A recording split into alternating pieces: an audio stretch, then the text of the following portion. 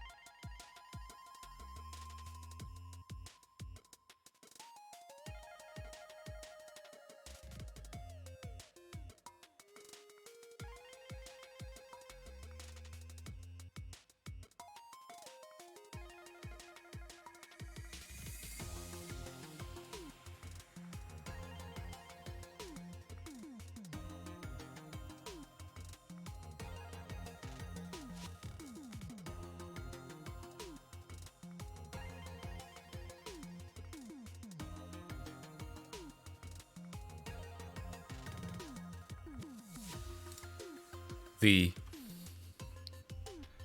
Welcome to the. Hello, everyone. How's everyone doing? That was not supposed to happen. It's because whenever I was trying to post on the YouTube community tab, so I went to my channel and my trailer video is the Lego Island video that starts with "Welcome to the," and I couldn't pause it in time, so my bad. Hello. Glad to be a part of the. I'm glad. I appreciate that. I think we're all, deep down, we're all part of the. We're all here in the. Ad. Uh oh. I guess I get the. Welcome. There it is. Again. Do I get this because I'm the creator? What do like normal people get? No, that's what normal people get. It's interesting. I thought.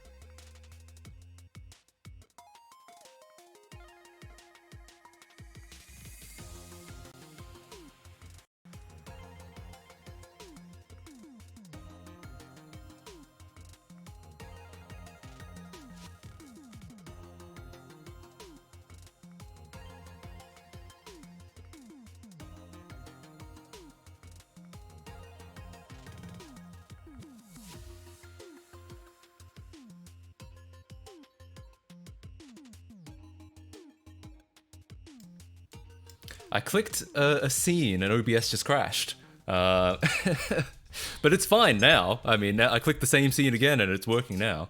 All I wanted to do was go to the browser and be like, this is why it keeps, every time I open up my tab, it's like, welcome to the, because this fucking guy says that every time. Yeah, but I reopened OBS as quickly as possible. Ninja skills, reopening OBS.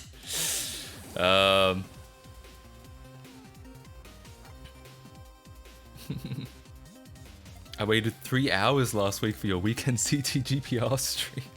Yeah, sorry about that. I didn't end up streaming. Are you not in, I guess it's the Discord is the de facto, like, stream discussion thing. If you're not in the Discord, then you should probably be in it. Sorry about that. Bill Gates sabotaging the stream. Damn, again? I already disabled BillGates.sex for now. What more do you want from me? Bill. Billiam. his legal name. Okay, so how's everyone doing? We've already suffered one OBS crash so far, but how's everyone doing?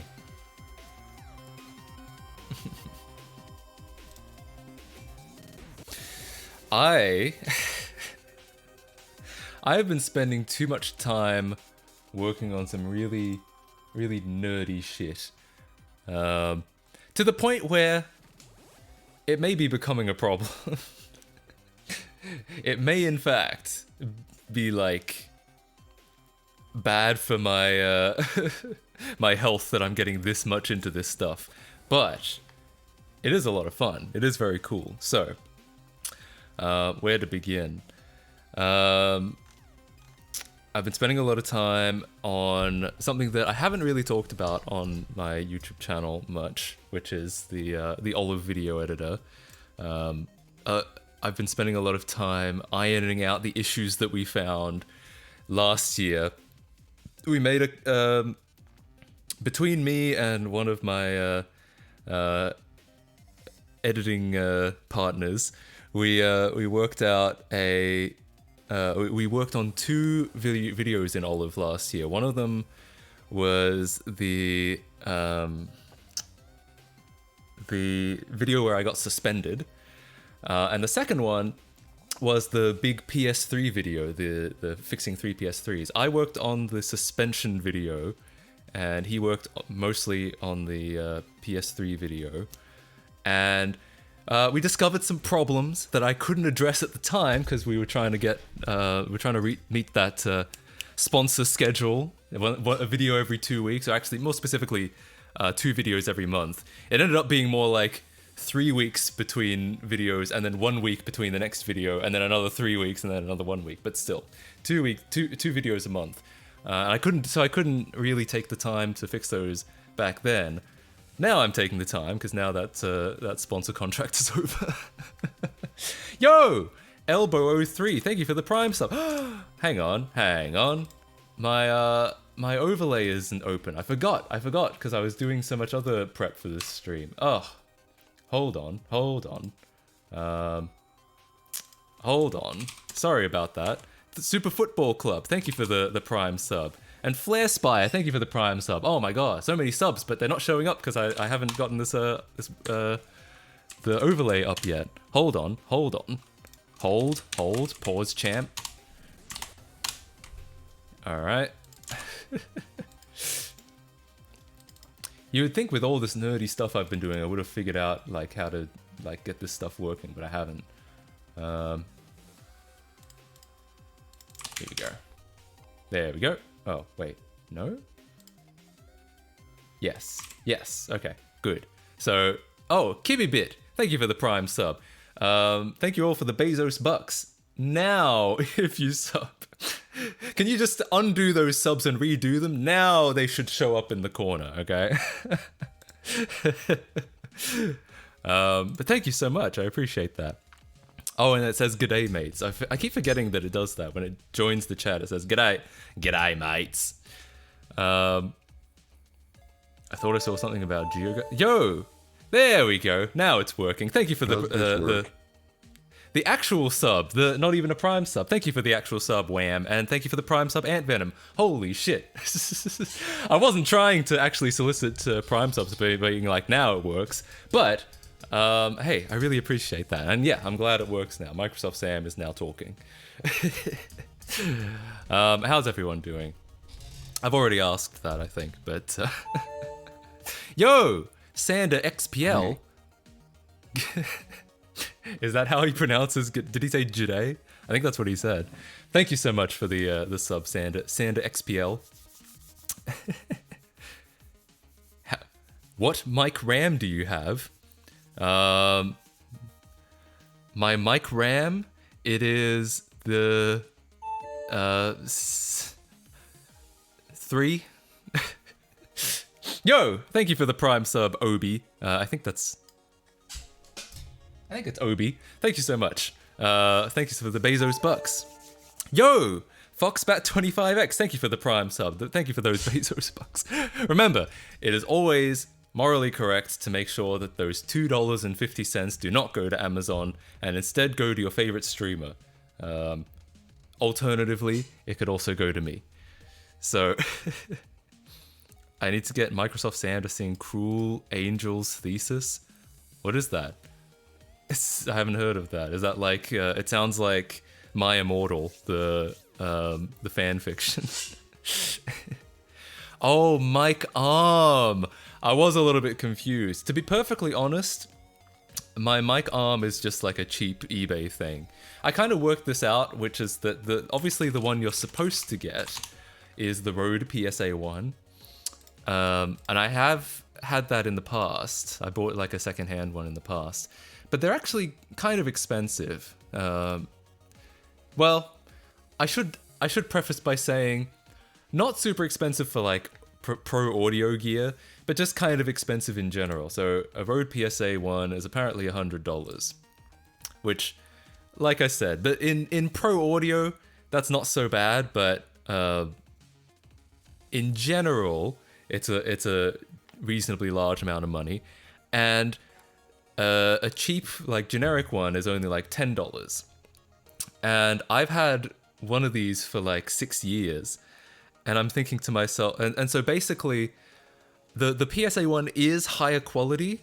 However, I would have to get through 10 of these before it was actually worth getting the better one. Because these work fine in my experience. They might be like a little bit I think the problem is they wear out faster, and maybe they can't carry as much weight. But like I said, about when it comes to wearing out faster, I'd have to get through 10 of them before the other one would actually be worthwhile. So that's why I just use generic cheap ones. Why Sam and not Mike? Because Mike is not nearly as funny. It isn't $2, it's 30 cents, lol. I get $2.50 from the Prime subs. It's not $5. I don't get $5. Like that's what people spend if they buy a subscription, but I don't get $5 because I have my contract is 50-50 split. So anything I get, half of it goes to Twitch. The old streamers, this is actually kind of a controversy right now. The old streamers, they got a deal in their contract that's it was a 70-30 split, so they get 70% of everything they make, and Twitch only gets 30. And Twitch, I guess, has found that, yo, thank you for the Prime sub, Randy Rules 2017. It's true, Randy does rule. Thank you so much. And so yeah, a lot of older streamers have like 70-30 split. So they get, I guess, 70% of $5. What is that? That's $3.50. They get an extra dollar. But Twitch has been kind of like, we're not making much money.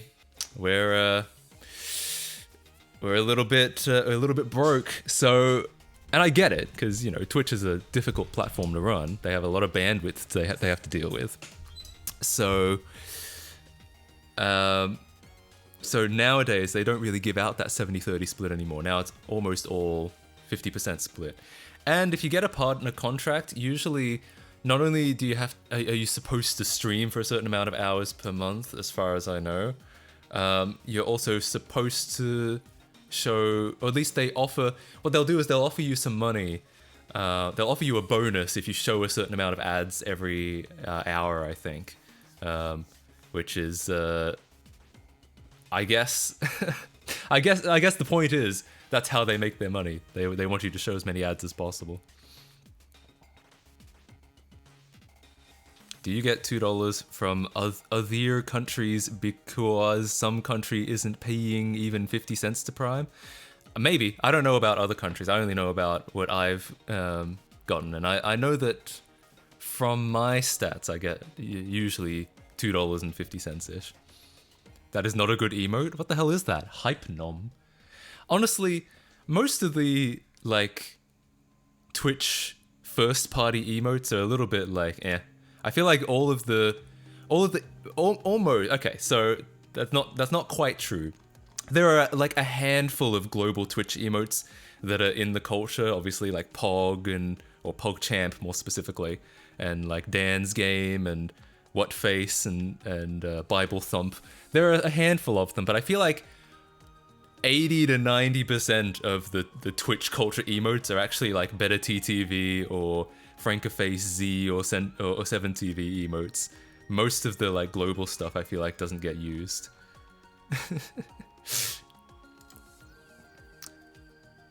I did a 24-hour stream. I earned less than $2 from ads for that stream. Yeah, sounds about right. There have been streams I've done where I've gotten a grand total of $3.50.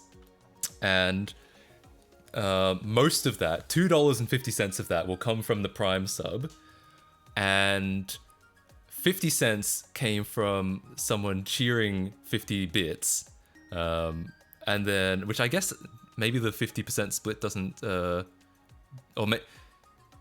the 50% split doesn't apply to that, or maybe I got other bits throughout the stream. I remember distinctly someone cheered 50 bits, but there might have been more. Anyway, 50 cents came from bits, and the remaining 50 cents came from ad revenue. And so I kind of looked at that and realized, because that was a 4-hour stream, and I looked at that and I realized, damn, I made less than $1 an hour on that stream. Which, fine, it's not all about the money, but it is interesting to put that sort of stuff into perspective, because I think you look at the big streamers and the big YouTubers, and you like you can usually tell they're making a lot of money. So it's easy to assume that all streamers and all YouTubers make a lot of money, when there are definitely tiers to like how much money people are making. And not just the tears that I cry every night. Why did the PogChamp change anyway? It's like a lizard or something now. You didn't hear about that? That was like a big deal. In 2020, the original model for PogChamp, well, I mean, model is probably the wrong word. He goes by Gutex online, but his real name is, I think, is it Ryan, isn't it? Yeah, Ryan Gutierrez. And in 2020, he got a little bit radicalized towards like being a bit anti-COVID, and that was very controversial. Is very controversial, and Twitch was like, and people started kind of demanding. I don't know how many people started demanding, but there were like calls to like replace him as the PogChamp emote. Yo, thank you for the Bezos Bucks emote. Do I even try? Finakechi. That's like pronouncing it almost like a Japanese word, but it could be like Finakechi or something. Sorry about that. I apologize if I didn't pronounce that right. I don't remember that many people even asking. Yeah, I don't know either. I know that like there were some. I read that there were some calls, but it might have just been like one or two people, and then Twitch might have just made an executive decision anyway. And so they replaced it. They did like a thing for a while, like about a month or so, where the PogChamp was different every day, and eventually they settled on what used to be called Komodo Hype. Now it's PogChamp.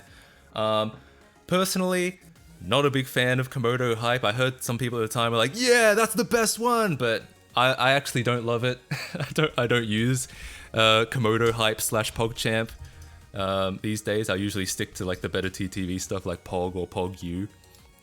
But yeah, raiding the US. I don't think he raided the US Capitol, but I think was kind of like, not necessarily pro, but kind of like, I think he was questioning the election, and along those lines. Better than the alternative options? Maybe. I didn't see most of the alternative options. I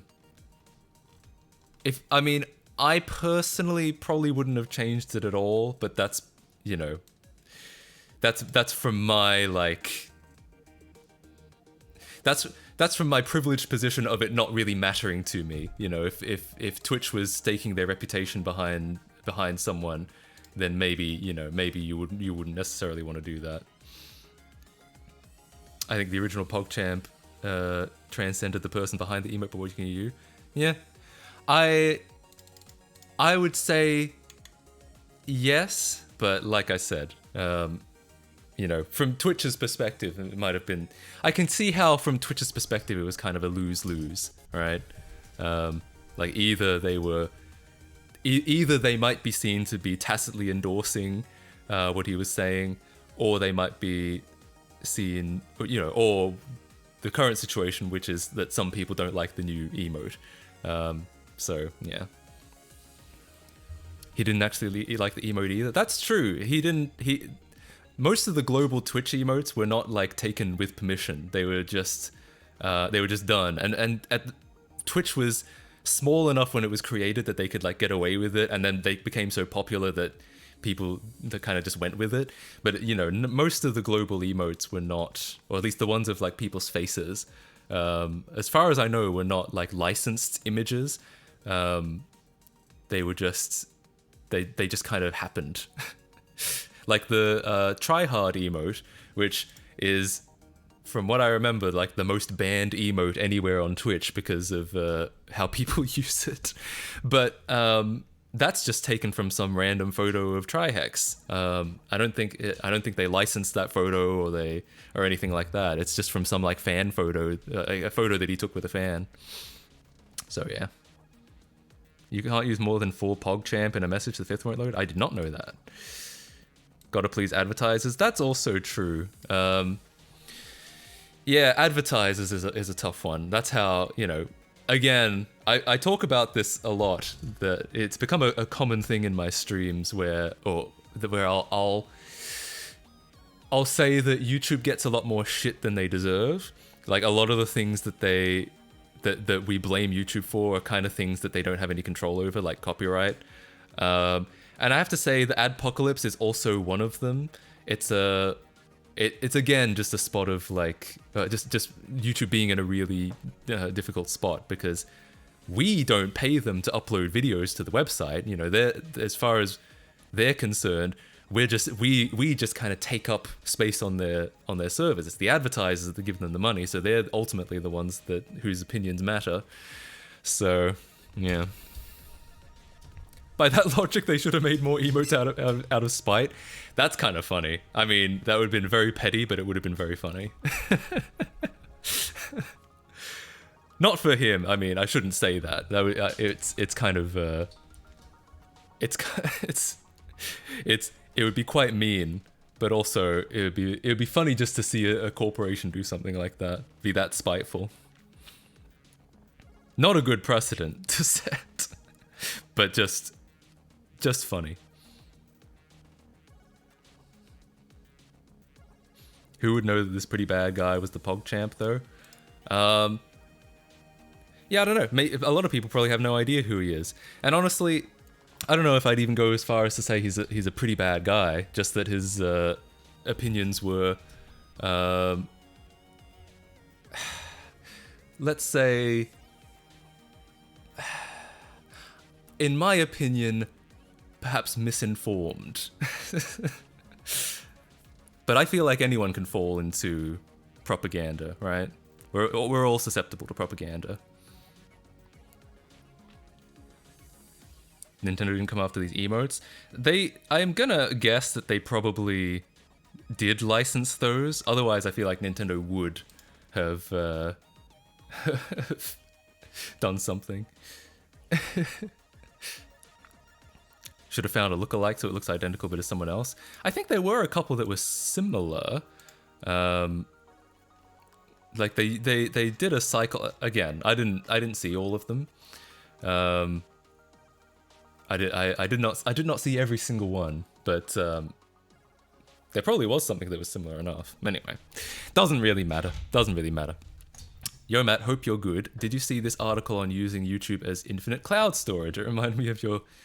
I did not see this article. What's this?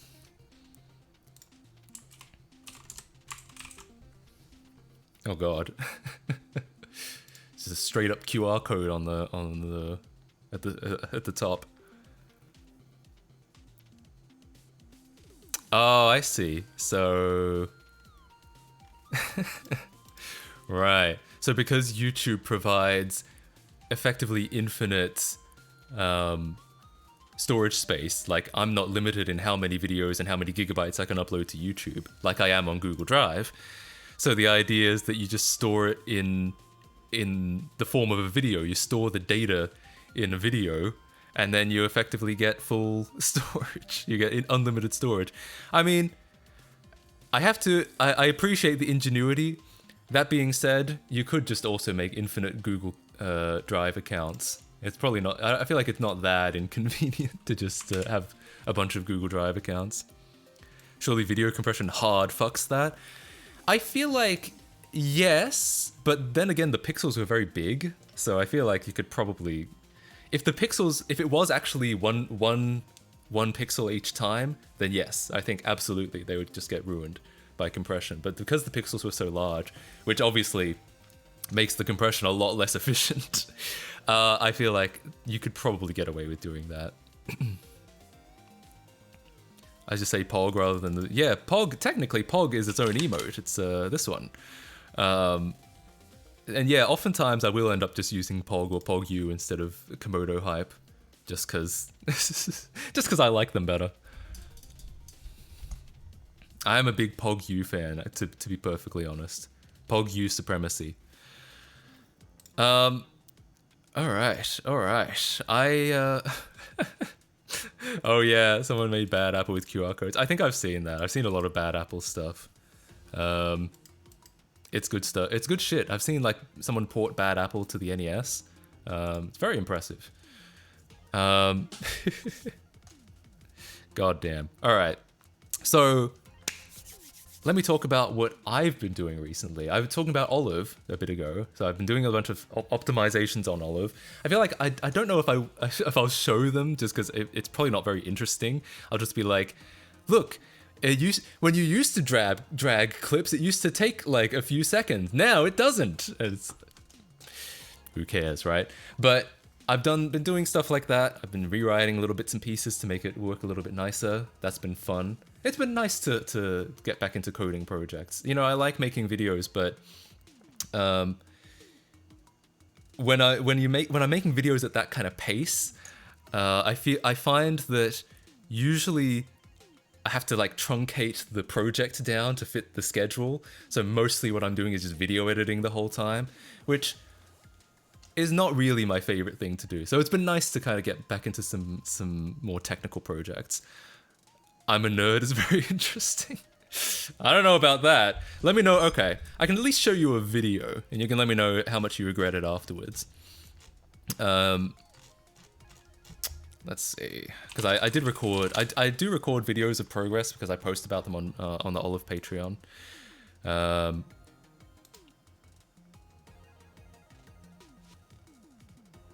Oh no, this is not the right video. I have to find these videos now.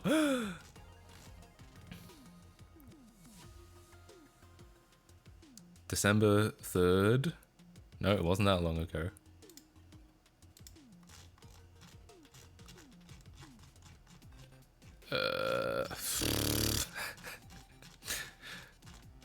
Here we go. Finally found them. My bad. I hope you all haven't clicked off already.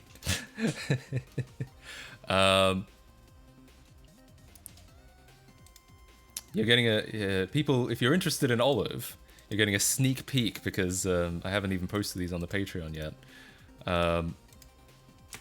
But here's a problem that we ran into a lot. So if you had here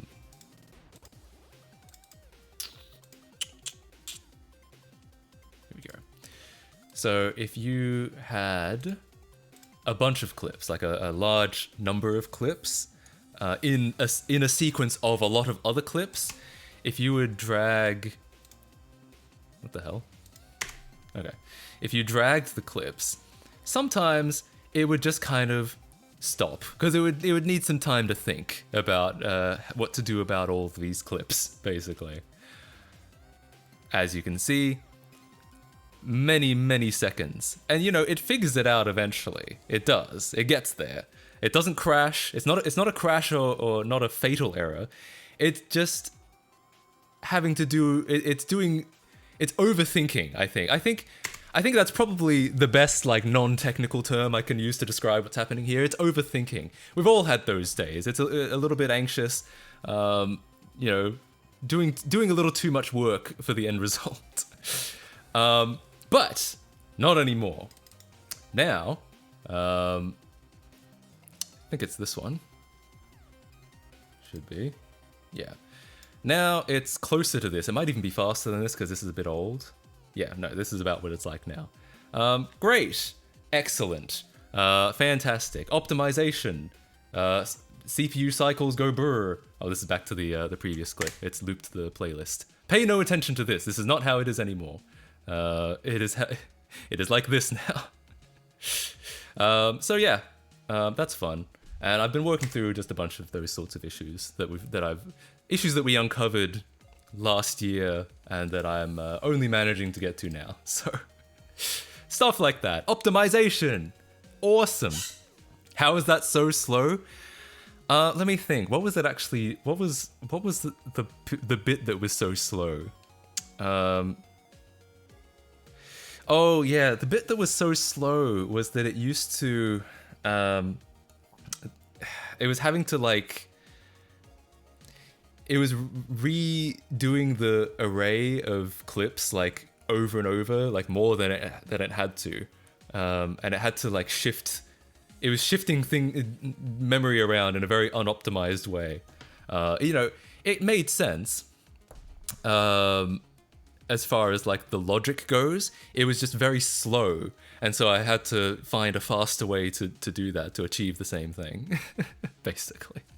So yeah, and the idea is that eventually I'll be using that full time for all of my videos. I mean, I've already made them. I've made a couple videos in Olive. I think the current count is four videos. And if you go to my live channel, youtube.com/@metkclive, a lot of those are Olive. But as far as main channel videos, I think the current count is 4. But eventually, it should be all the videos I make. Mapping drive /found porn. Again, that's a live clip. If you go to @MattKCLive, you'll find the video of that. I thought you used Vegas or something. No, I've actually never touched Vegas in my entire life. I know I have friends that did, like fellow Let's Players and shit that use Vegas a lot, but not me. I started out, obviously, Windows Movie Maker. Then I moved on to, I had a brief stint in, phone vibration? Oh. Whatever. Then I moved on to, I was an iMovie HD user for a while. Yo. Anyone remember iMovie HD? Hold up. Unironically, for like 2006, iMovie HD was pretty good.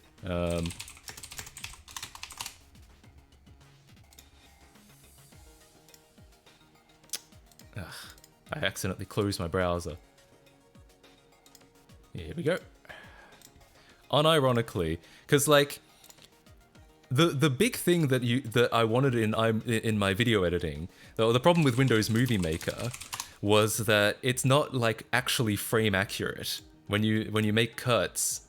Yeah, this one was the one that I was familiar with. God, it even got a like Movie Maker title on it. You couldn't really effectively make frame accurate cuts, which was really annoying when you're trying to like make a decent looking video. Whereas iMovie HD, you could. It had a proper timeline. There wasn't a lot you could do with iMovie. It had only one video track. It did have 2 audio tracks, but only one video track, so you couldn't like do a bunch of like graphics on top of your video. You could put text on your video and you could do transitions, but that was about it. But just the fact that it was like frame accurate, I felt like I made YouTube poops in this stuff, and I did like sentence mixing in iMovie HD. And then they ruined it with iMovie 08. Then all of a sudden,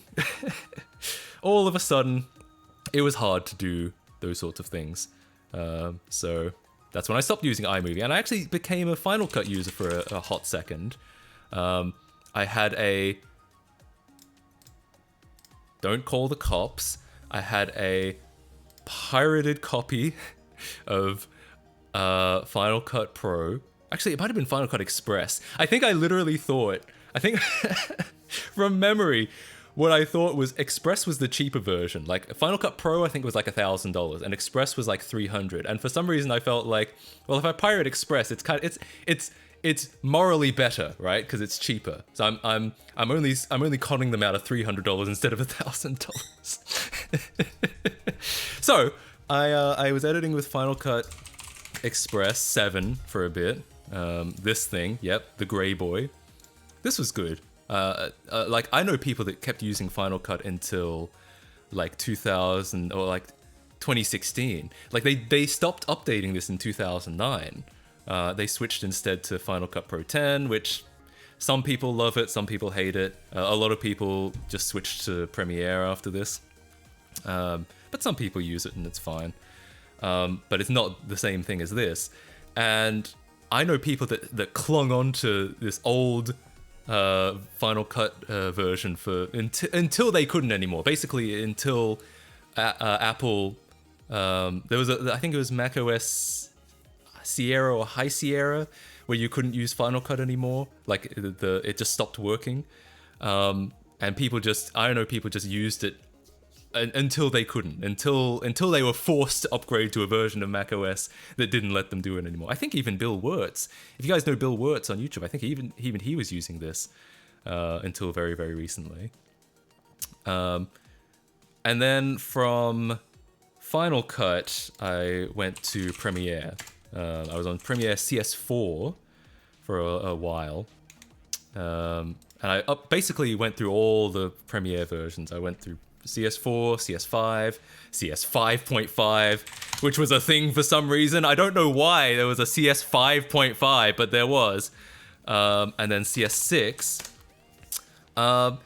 And to be perfectly honest, I've made a lot of videos in CS6, even now, because CS6 was the last version before they switched to the cloud model, where it's like where it went from something you could buy to a subscription model. And I actually have a purchased legal copy of CS6 because I was in school at the time, and the school license was relatively cheap. It was like $300 for the entire master collection or something like that. So I have Premiere, Photoshop, After Effects, CS6. I have all of that legally, and then of course now it's all subscription model. So you can't own the software. You can't own a version of Adobe anymore. And I've been on and off, like, subscribed to Creative Cloud, but at some point after being on Creative Cloud for a couple years, I was just like, fuck this, and that's why I started writing Olive. And then Olive took a long time to make, so I just kept using CS6. There's a substantial amount of recent videos on my channel that were made in CS6, which is now over 10 years old.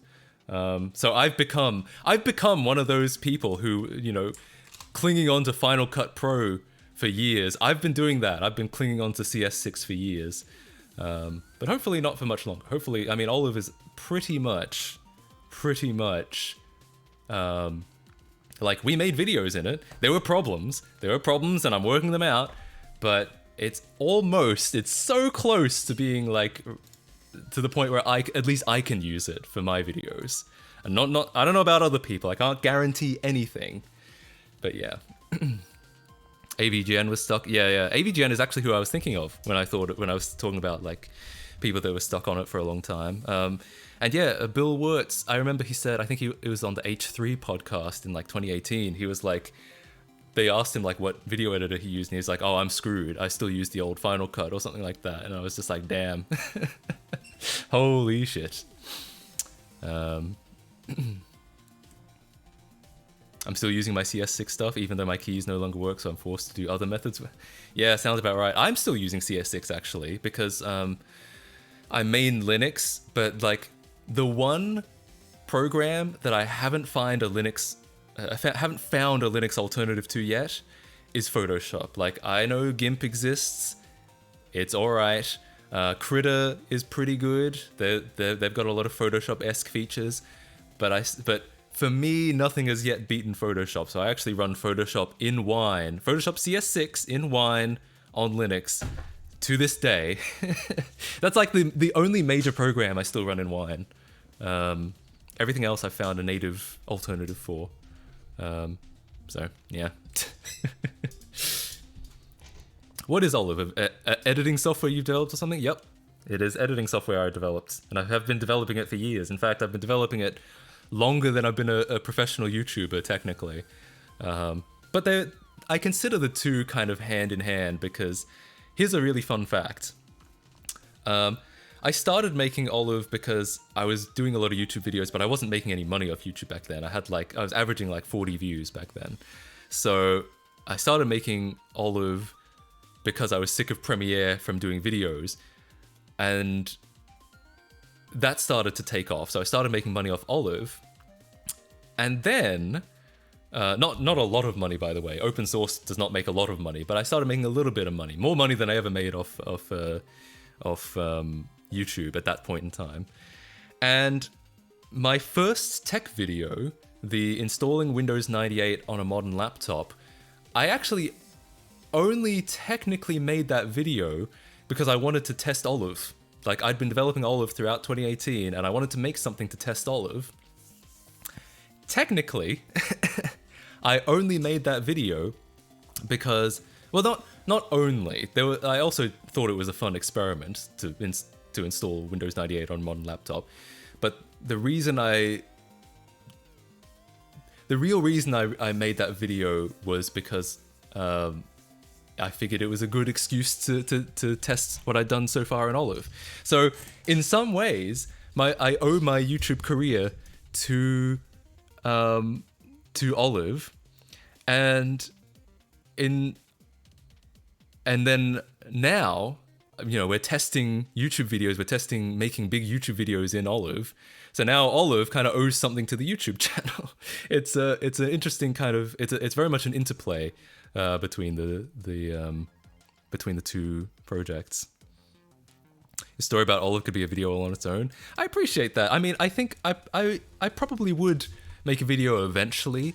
The reason I don't really talk about it is because I feel like the last thing Olive needs is like hundreds of thousands of people, you know, going to it now and assuming that it'll work completely now.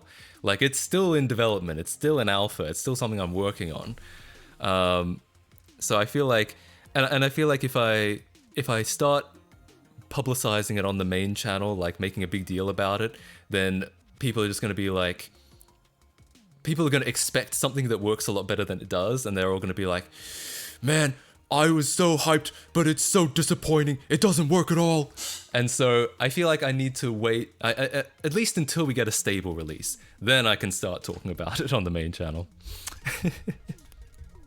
I really like using Olive. Hell yeah. As a matter of fact, you specifically, I know you've been having trouble, we just showed this earlier in the stream, with like slow clips. If you update to the latest version, it should be a lot faster. If you hyped it up to be perfect, then yeah, they might act like that.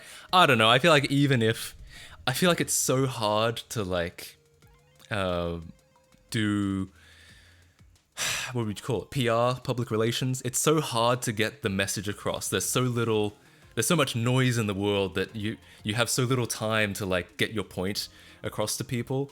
And so I've always been just kind of paranoid, I think, that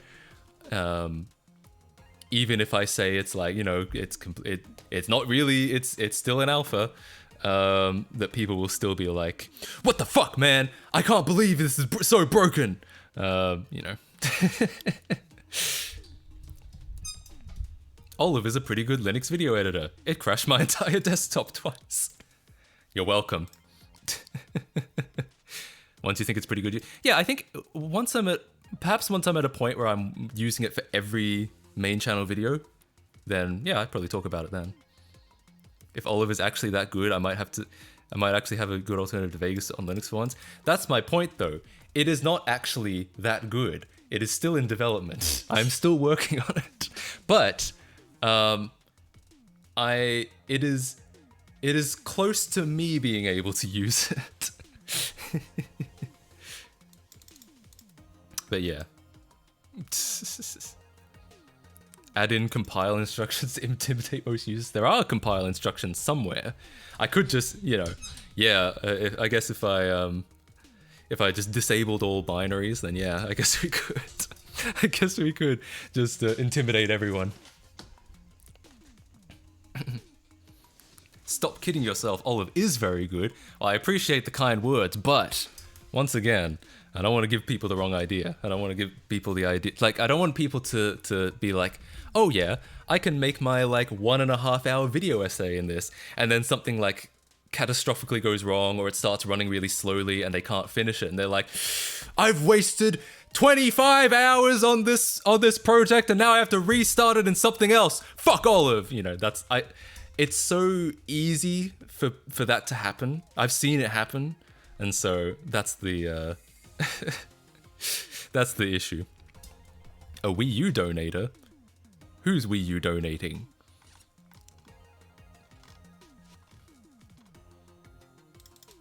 You need to give him money in some way. I've not, because I'm too young. There is technically, you can technically join the Discord without doing so.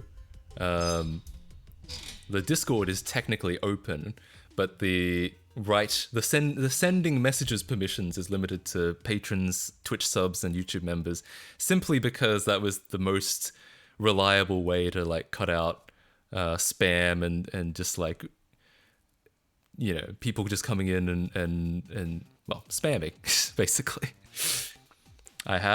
You gotta check you gotta tick the react the tick thing, the tick mark. It says so. That's what it says.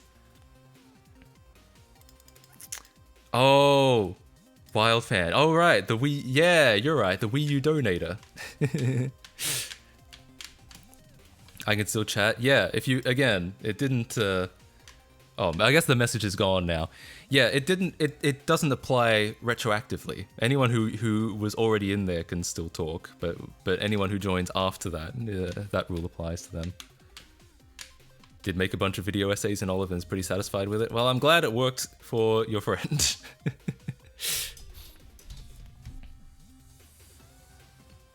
It doesn't work. You should contact a moderator then.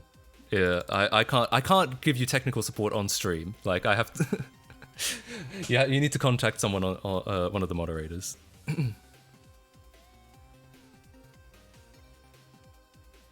I've never played the Wii U, but I'm known as Wii U girl now. Hell yeah. Well done. Congratulations. Olive can't be worse than what I currently use, which is OpenShot. Maybe. I've actually never used OpenShot. I know of it, and I know that it's like, I'm fairly certain it's trying to target like a lower... Yo! Chris Crafter, thank you for the Prime sub. I hope TTS works this month. If not, I am suing. Ha! Dodged a lawsuit yet again. First Bill Gates and now Chris Crafter. Thank you so much for the Prime sub. Thank you for the Bezos bucks. Yeah, goddamn. I still need to figure out, I still would love to investigate that Bill Gates situation more. Just been kind of busy. iBook G3 that I have no use for if you'd like it. Maybe I would be interested in that. Maybe send me an email on my business email. You can get my business email from my YouTube channel, from the About page. Matt is making his own TTS2. No, it is not my own, but it is Microsoft Sam, which is better than any other TTS. Edited a 20-minute video using Olive a couple of years ago, and at the end I was moving one clip at a time because otherwise it would crash. Lol. Sounds about right. I might open up the project again and see how it performs now. You can try. I don't know. I couldn't guarantee that a project from a couple of years ago would still open because it's changed a lot in the last couple of years. But you can try it, certainly. What do you mean with the Bill Gates lawsuit, and why is there no picture on Bill Gates? Damn, you weren't here for that. I guess I will tell the story again, just because because I feel like you have to know what happened to understand like what my life has become. But basically, a couple streams ago, we went to BillGates.sex on the Dreamcast, right? And I remember thinking that this stream, I think that went really well. You know, the viewership was high. We had a lot of fun. We did, you know, it was we performed some interesting technical experiments. And I guess it did do really well because a couple hours after the stream ended, I got an email from a company claiming to represent the Bill and Melinda Gates Foundation, saying that I was violating a trademark, which I'm fairly certain I am not, but I am not a trademark attorney, so I'm going to put some more time into figuring out. Therefore, for now, I've disabled it, and I'm going to put some time. I'm working on contacting trademark attorneys and whatnot to figure that out, just to see, because I looked into this company that sent me the email, and they are not a trademark attorney. They are not a trademark. They're not even a law firm. What they are is a reputation management company. So what I think, and apparently they are quite well known for sending trademark violations that are not actually valid. They're fraudulent. And the reason they send them is because it scares people into taking things down that, for reputation reasons. But if the trademark, the trademark violation itself is not actually valid, is the point, is why it's a fraudulent one. But so essentially, I have a feeling it's not valid, but I need to like contact an attorney first to like confirm that. Copyright though, see, I could believe that. And that's why I would consider swapping out with a picture that is definitely not copyrighted. So, because the Bill Gates with the Xbox controller and the burger, you could probably argue that is copyrighted, but they didn't say it was copyrighted. They said it was a trademark violation, as in Bill Gates the name is a trademark, which I'm pretty sure it is not. At least I looked it up. I couldn't find one. But the trademark they linked me was the Bill and Melinda Gates Foundation, which is not Bill Gates the name. But anyway, I'm working through that is the point. And if we can find any sort of substantial conclusion to that, I'll make a video about it. AI recreation, oh god. We don't need to make this an even greater legal gray area. Bill Gates.sex still in the Wayback Machine. Yeah, but that's their problem. They need to send a trademark violation to Wayback Machine then. Bill Gates saw Bill Gates.sex and said, oh no, we need to put a stop to this. Yeah, I mean, I'm gonna guess it's not Bill Gates himself, it's just someone who works at the foundation whose job is to manage reputation, and they just take down whatever the fuck. But yeah, clearly someone from the company probably did. I'm interested in studying law. Mind showing me the email? Yeah, I guess I can at some point I can try to share anything that is not sensitive from the email. But I'm fairly certain, like I did a lot of research into the company and the trademark that they cited, and I'm fairly certain it doesn't apply.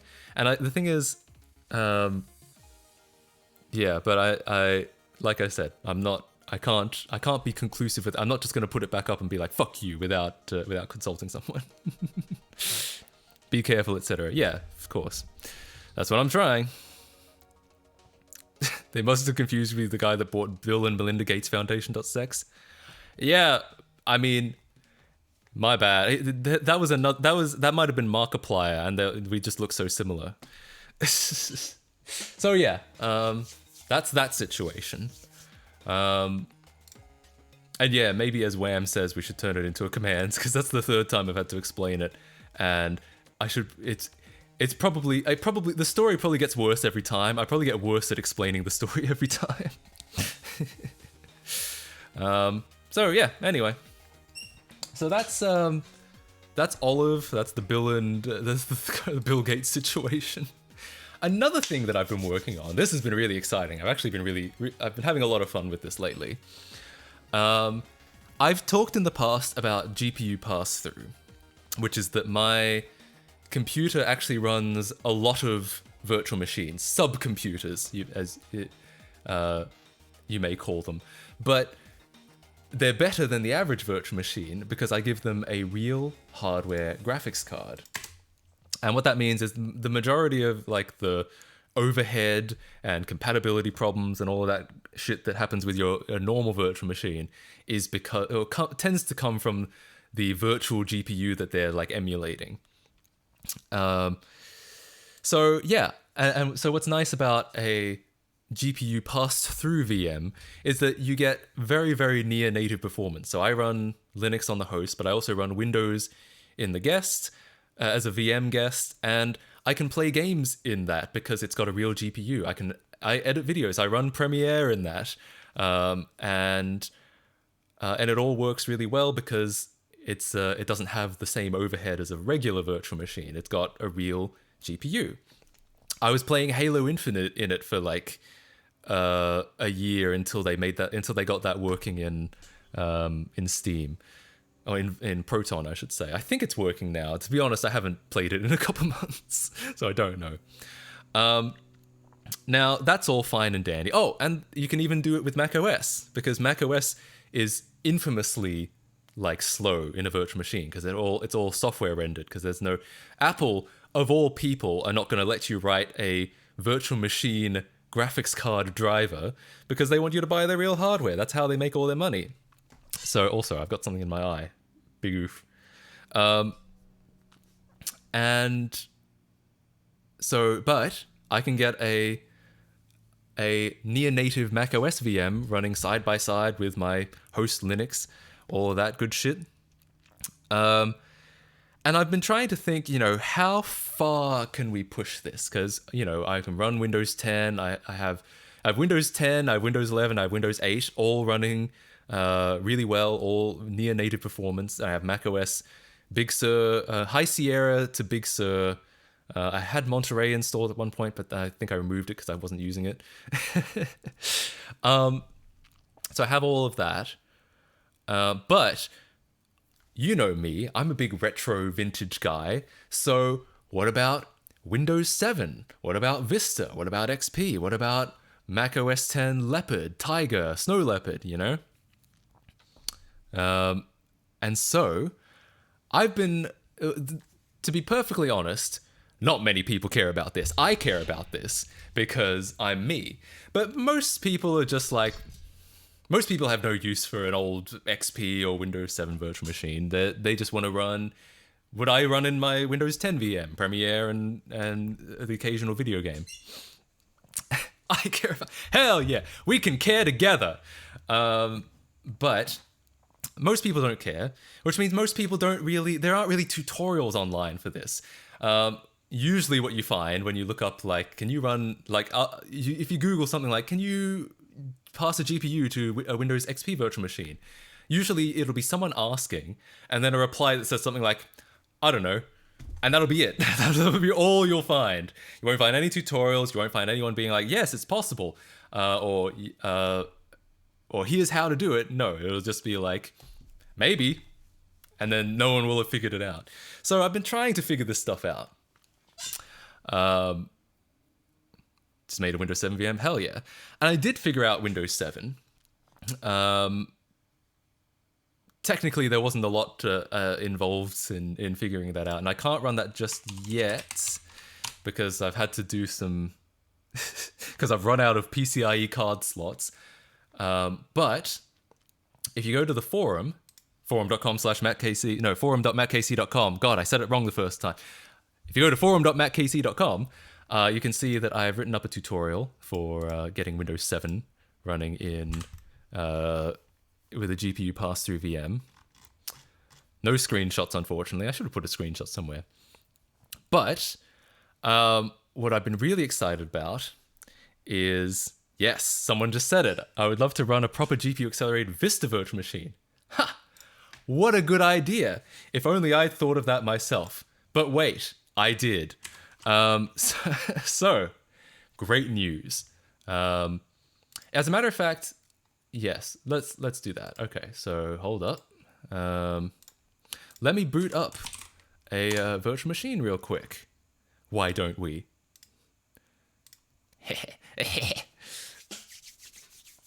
Quite sad how Windows dropped most themes and error support. I actually agree. I think it's really disappointing that Windows 10 was almost unthemable. I get that, in some ways it was themable, like there were things you could do, but like I remember every one of those 6-month updates that they would do on Windows 10, if you had themes, they would break. And then you could sometimes force a theme from like a 2017 build of Windows 10 to work on a 2019 build, but then things would be broken. It became very difficult to theme. And what's really unfortunate is that Windows 10 is by far the ugliest Windows version ever made. So it's the only one that you would have to, that I felt really compelled to theme. And it was really hard to do. So I just kind of gave up and switched to Linux. So, but here we have a black screen. But not for long. Here, I'm going to boot up. Oh, wait. Wait. Hold. I'm going to boot up a computer, sort of. Yeah, yes. What have we got here? Let's hope it works. Let's see if it actually works. I don't actually know if it'll work. Yep, yes, yes. Here we go.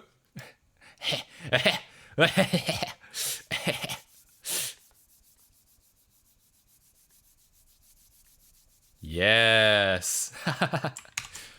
My boy. This is Windows Vista in a virtual machine with a graphics card. So we are getting, as long as everything is working right, yes, then we are getting full, look at this, i9 11900K with an ATI Radeon graphics card. We are getting full hardware acceleration on this VM. Hell yeah. I don't know how good the capture seems to be, not 60 FPS at the moment. Sorry about that, but it should, if it was not for the capture, this would be 60 FPS right now. And everything works really well. You can actually run Vista with full aero, all that good shit, on this on my computer. Yeah, look at this. I'm running a media center now. That's right, a whole media center. Does it have the cake game? Does it? I don't know about the cake game. I don't think it doesn't have anything that doesn't. I haven't installed much on this outside of like just Windows. Man, I'm so upset about the capture not being 60 FPS because it looks really slow. It looks like it's not actually hardware accelerated, but it is, I swear. Why is it not 60 FPS? Actually, I wonder if that's like a...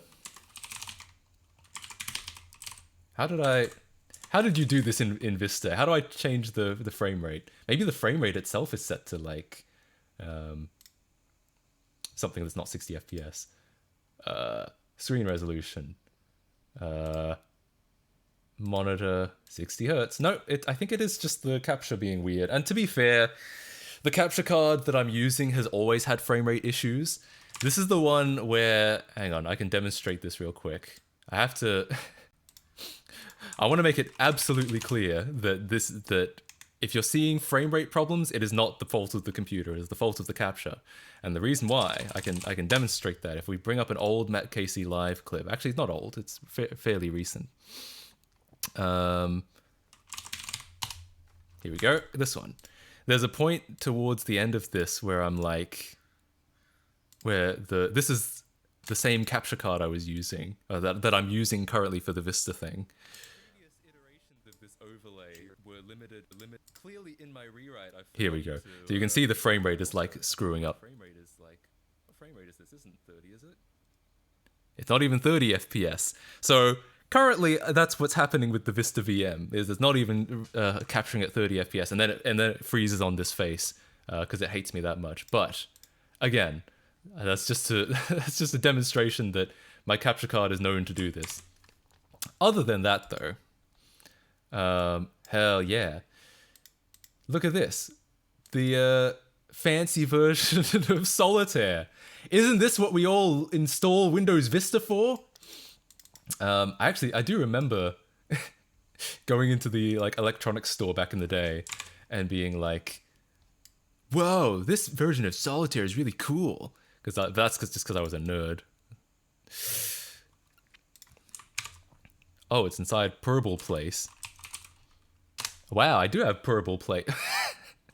I'll be honest, I've never touched this in my life. I have no idea what Purple Place is. What am I even looking at? Why is it written in Comic Sans? I think you're streaming at 30 FPS. That's actually, I think you're 100% right. I'm streaming in 30 FPS. Here's what happened. I changed it to 60 in anticipation of this stream. But I changed it on the YouTube stream profile and not the Twitch stream profile. So yeah, I could restart the stream in 60. What do you guys think? Do you want me to restart the stream in 60? I dare you to buy an NVIDIA card for the VM pass-through. Here's the problem.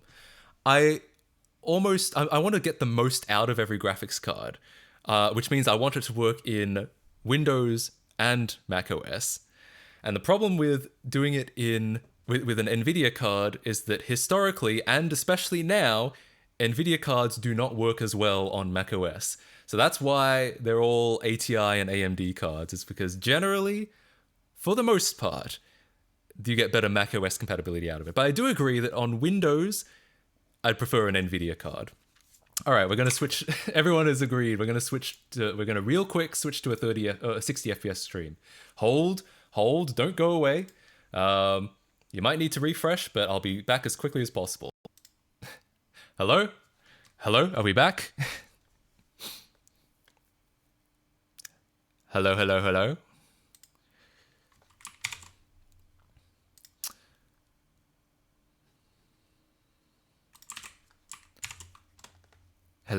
Are we back?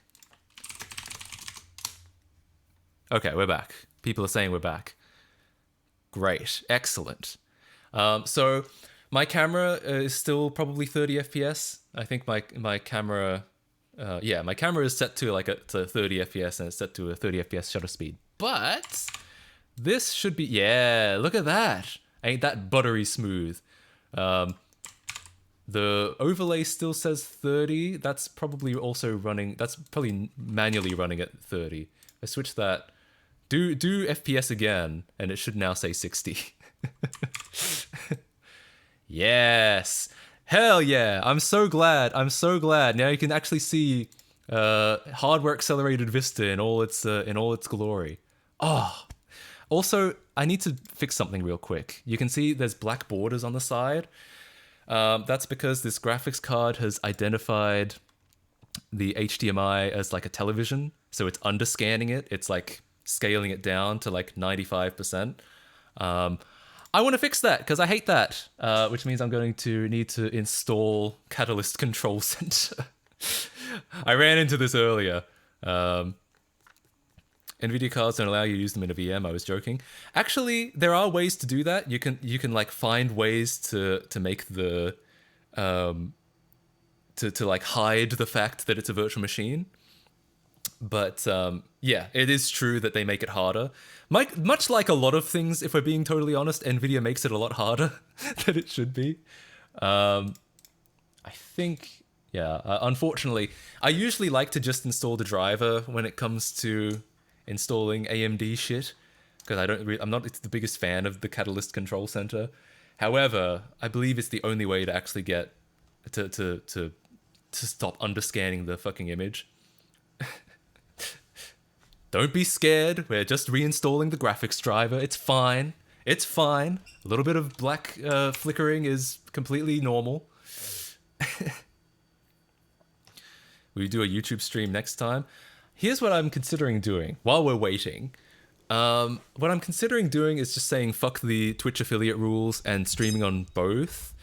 And what I could do is then write, because Twitch's chat is just IRC, I could write a bridge, my own bridge, not a Discord or an IRC bridge, an internal bridge to Twitch chat, maybe. I'm like thinking about it. On and off, I'm thinking about it. But I don't know yet. I don't have any answer for you. I only did the poll because I was curious what people thought, not because I was trying to get any, not because I was trying to make any conclusion. Bring back the custom chat. I do like the custom chat. I enjoy using the custom chat. But like I said, I don't have any conclusions yet.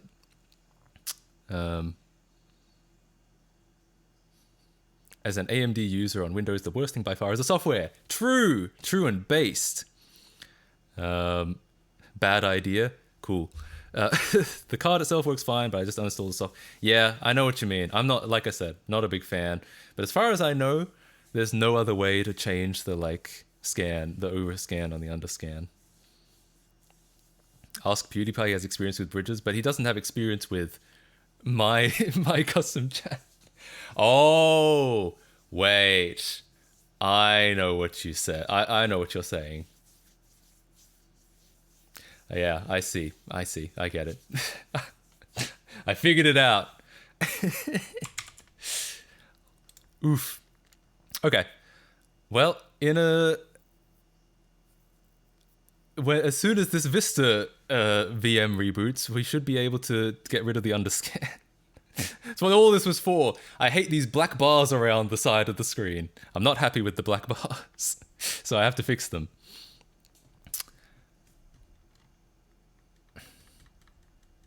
AMD is better on Linux. I do tend to agree. And that's kind of why my system is all AMD. It's very... Whenever I tell people that my computer is all AMD/ATI, they're always like, really? But it's because I don't actually run Windows most of the time. It's because Linux is on the host. And for my VMs, I want to be able to run Mac OS. And then... and that requires an AMD card unless I limit myself to High Sierra. And then even with older Mac OS, it's the same. So if hang on, let me let's switch over to the browser for a second, so we can talk about this one. Yes. So if you go to the Dortania Legacy NVIDIA guide, which tells you like what cards run on what. Here we go, this one. So let's see. I could get a GeForce 7 series that would run on Panther. Hopefully, it would run on Tiger and Leopard and Snow Leopard, the Intel versions of those. But then it would cap out at Lion because apparently the drivers were only compiled for 32-bit kernels. And I'm going to guess it's the same story with the 6 series. The 8 series, well, I can't run Tiger anymore. Well, that's kind of a shame because I kind of want to run Tiger. But I do get all the way up to High Sierra, which my faster GPU covers up to High Sierra, or High Sierra and beyond. So that's not bad, but I would like to run Tiger. Meanwhile, Legacy AMD, the 3000, 2000 series go all the way down to Tiger. So it's kind of like... Well, that kind of makes my decision for me. If I'm going to pick out a GPU specifically to run old operating systems, then I'm probably going to pick out one that gets me as many old operating systems as possible. So that's why I'm all AMD. Like I said, oftentimes when I say that, people are like, huh? Why would you be all AMD? But that's why. It's just because it's all because of Mac OS and Linux support, basically. If I was a Windows user, I would not use AMD.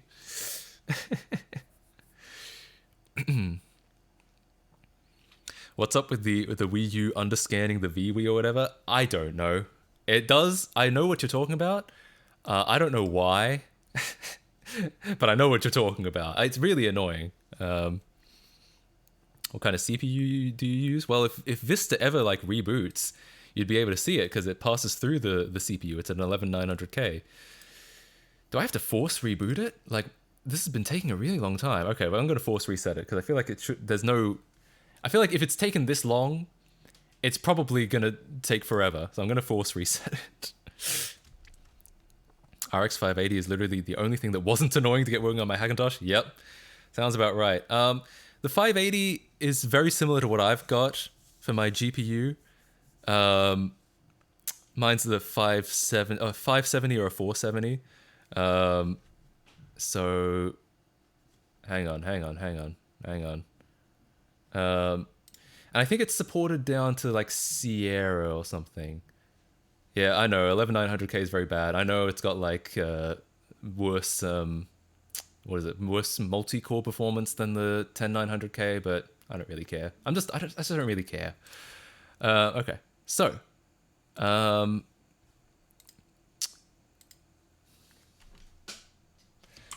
so I'm getting an error of some kind. I didn't expect that, but let's assume it's not important.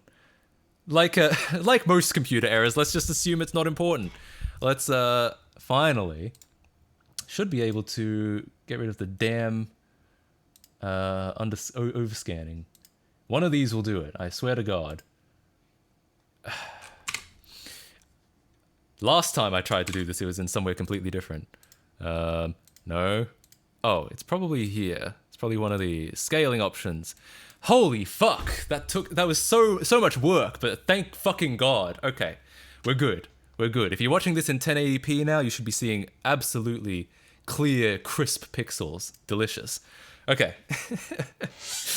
God, that was difficult. Okay.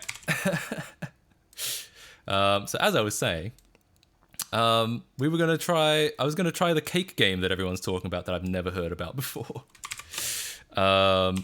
Purple Place. I genuinely never played this before in my goddamn life, but okay, fair enough.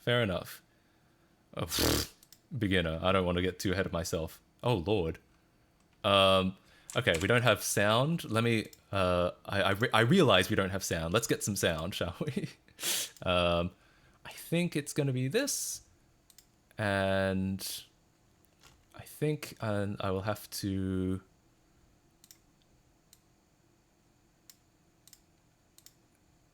Sorry. Hold.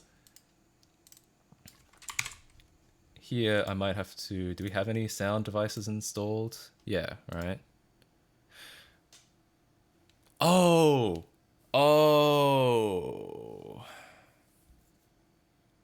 Huh. Trying to think. I don't think I have any sound. Oh, well, my bad. I have no sound devices installed. I actually thought we could get sound through the graphics card.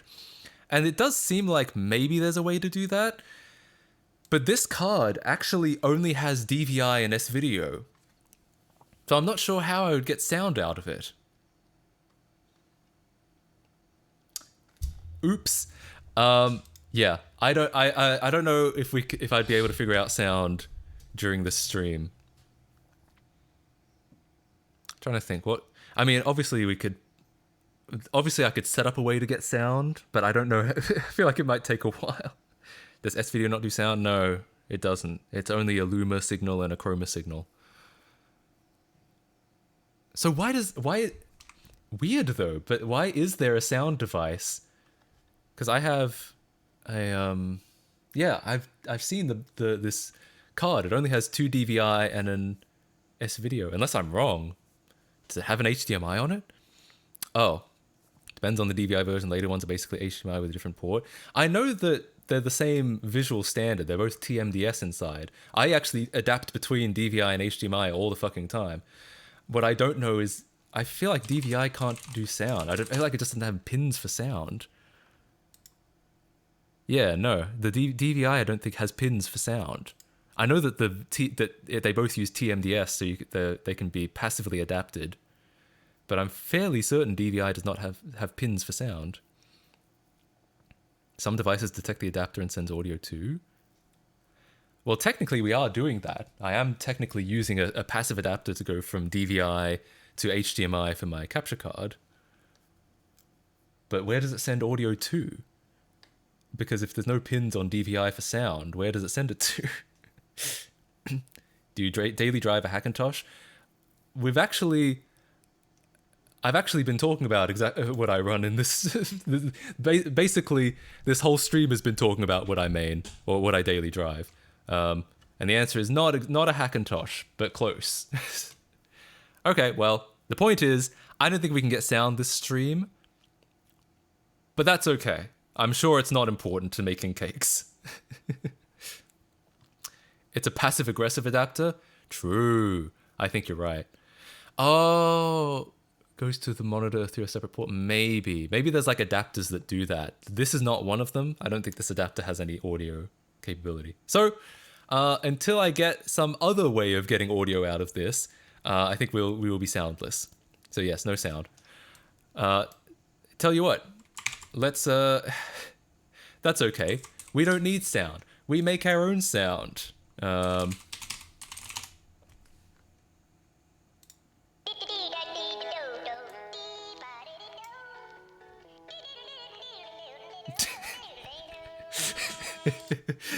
Yeah, I know, that's gonna mute the VOD. Whatever.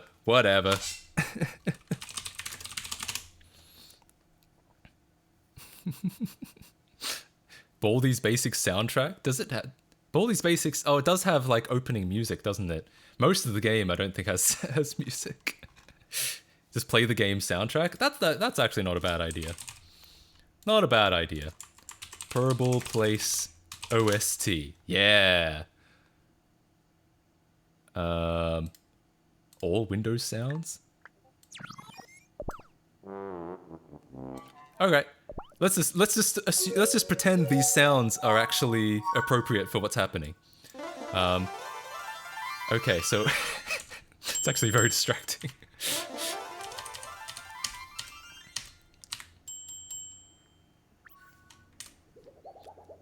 Activation warning isn't working. It should be. It is there. It might just not. You might just not be able to see it through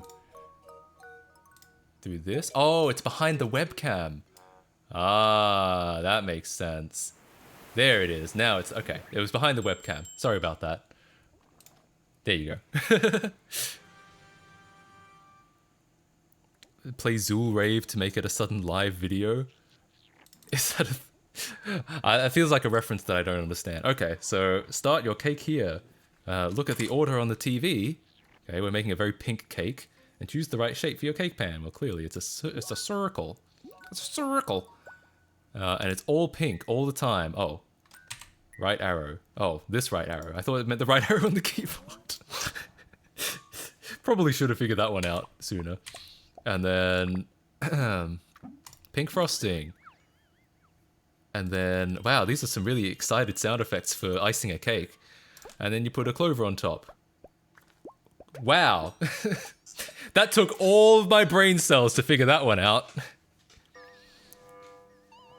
It depends on how you define music. In some ways, you could say that Baldi's Basics has music through. I guess you're right. You know what we should be playing? Here's what I think we should be playing. You know, I've been playing a lot of Silent Hill recently. And Silent Hill has a great soundtrack.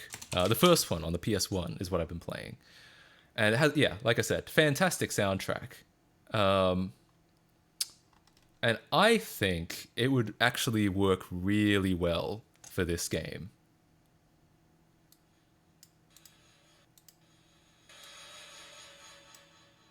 Hang on.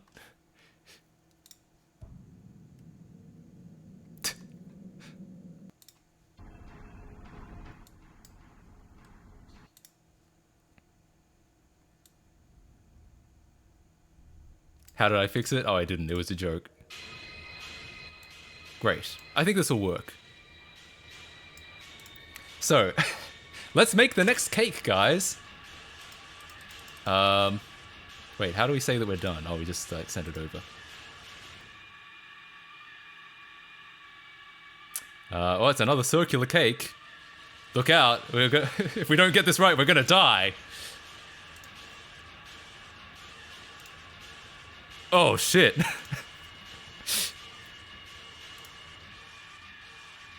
I hope that was right. I hope we're not about... Jesus. Okay, enough of that. Enough of that. Donkey Kong soundtrack would suit this game. Which Donkey Kong? There's a lot of Donkey Kong games. Do you mean country? I guess we could just play the Donkey Kong Country sound effect. Oh no, here's a good idea. Donkey Kong Country sound effect with all the Purple Place sounds.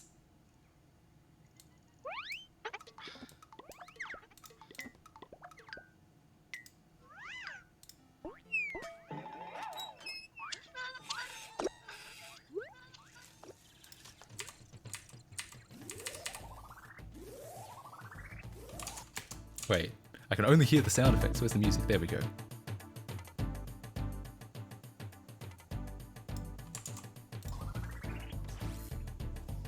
Close enough, right? Okay, it's another circle. Jesus. Oh my god. I didn't know that some of these sound effects were going to be so musical. They completely clash with the DK soundtrack.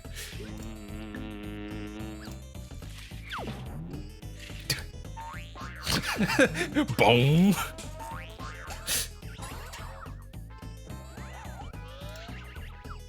Jesus. Honestly, this kind of works. I feel like this is actually kind of fitting the situation. Maybe it's a little bit too excited. It's a little too hyperactive for this. But it is, I actually think it's not bad. Heart-shaped cake. When does this game, I assume, oh, I did pick beginner. How about we try playing hard? Because this is good. It's becoming a little bit too easy for me. No. Wait. How do I play hard? Oh, game. New game. No. Help. Wait. How do I change my... Oh, options? Right, here it is. Okay, advanced. Okay, now we're talking. Now we're making cakes. I don't want my son playing no pussy cake baking game. Only advanced mode for him.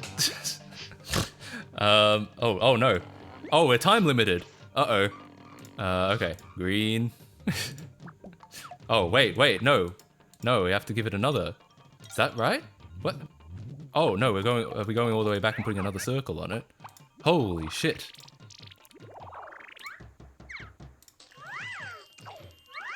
And then we're putting another on them. Why have I seen this before? Was this on school computer? This is apparently something that came with Windows Vista. I've never played it before, but people in the chat were like, yo, have you played the cake game? And I'm like, no. Or no, they were like, does this have the cake game? And I'm like, does it? I guess it does. And then I have to keep like, okay, so that's done. And I'm playing a absolute mess of sounds in the background because we're not, this VM doesn't have any sound at the moment. Oh, do I just have to make another one?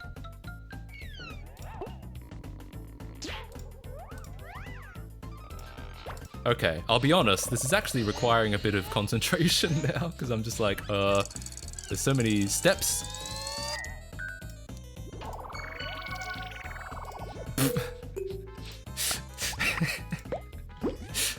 I like how there are sound effects, but it has absolutely nothing to do with what's going on. There's no actual feedback to this at all. Cake schizophrenia? I mean, yes. Jesus Christ. I feel like I'm going a bit insane right now. There's too much happening. Oh my god. Oh no, I can't put it back anymore. Oh no, does that mean we're fucked? Does that mean we just have to... This cake is going out like this now? Uh-oh, not that. It's this. Shit. This actually, I didn't expect this to ramp up in difficulty as much as it has, but I'll be honest, I'm suddenly struggling a little bit. Oh, damn it! Now this one's going out like this! Oh, the worst thing that could have happened. Can I play the DK rap? I don't know how well it would fit what's happening, but yeah.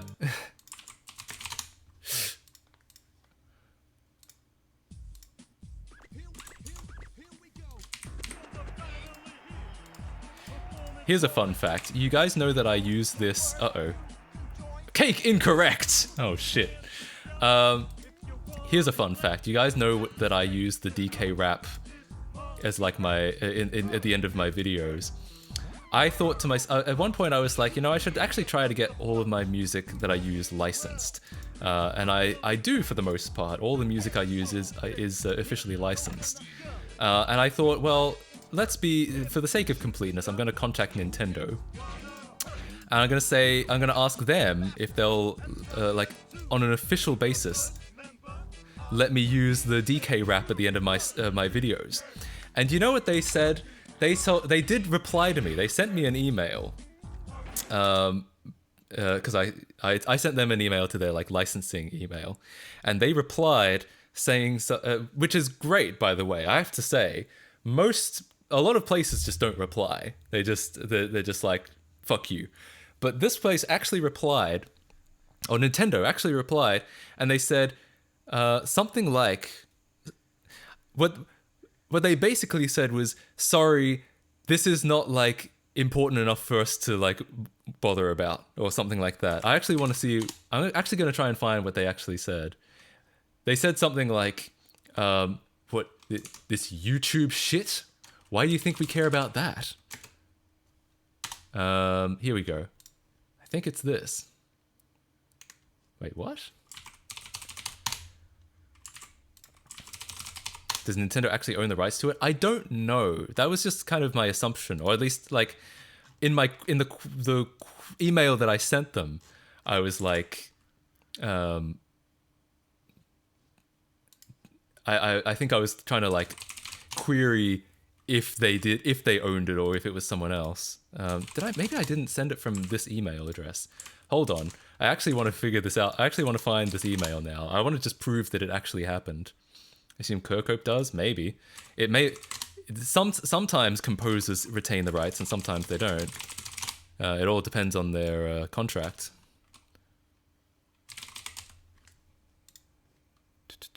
Here we go. Here we go.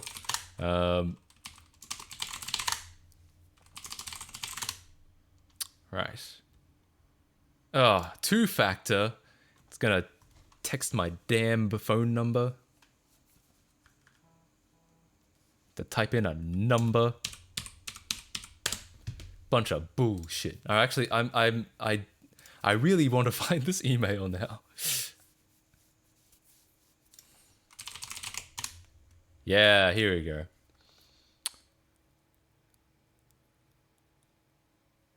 Okay, so it wasn't as rude as my memory made it out to be. I asked to whom it may concern, I was wondering who is the legal copyright holder of the DK rap from Donkey Kong. I'm looking to license it for use in my YouTube videos.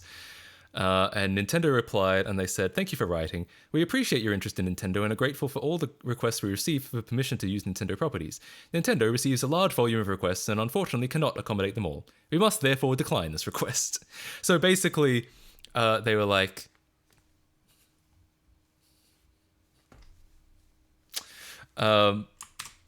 what? Why? Why are you bothering us with this?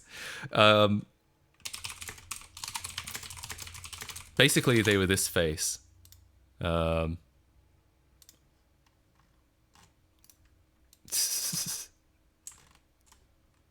This was Nintendo upon receiving my email. Why the fuck? Why the fuck are you sending this? Think we give a shit about the DK rap and your YouTube videos? What in the fuck? Anyway, so point is, I failed to acquire the legal rights to use the DK rap. However, I doubt anyone's going to be chasing them up. Rare really fell off in the 2000s. Thanks, Bill Gates. Yeah, thanks, Bill Gates. First Bill Gates.sex and now this. I can't believe you've done this. Okay. Well, I think we've had enough cake baking because you know what I think it's time to do, in the great words of AVGN/Kyle Justin. I'm going to take you back to the past. I think we've had enough time in hardware accelerated Windows Vista. I think where we should be going next is a little bit older. Because you remember, this all started because I was like, I want to see how far I can take this whole running old operating systems as with a hardware GPU can go. So what did I do? Well, I spent a stupid amount of time installing this instead. It actually shut down. Yeah, it did this time, not last time for some reason. Yeah, the boy. Yeah, the boys. Here we go. That's right. Windows XP, full GPU acceleration, fully functional. I'm running as administrator because that's what people did back in the XP days. People just did everything as administrator because they didn't really have like... For backwards compatibility, they couldn't like lock off the access to a lot of this stuff yet. They only got bold enough to do it in Vista, and it broke a lot of shit. Pinball. All right. You really twisted my arm. You really talked me into it. Oh, no, it's in here. There we go. Oh, there's no sound. Sorry for no sound. You'll just have to imagine it. I guess we can play some sound in the background.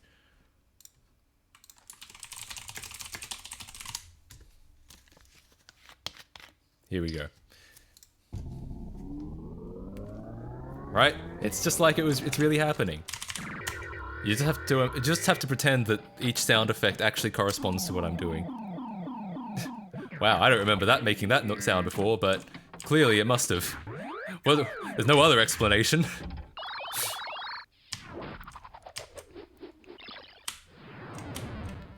Jesus. Yeah. Actually, that was kind of appropriate, I think. Wow, look how well I'm doing at pinball. Listen to these sounds that are happening. Holy shit, there's so much activity. Yeah.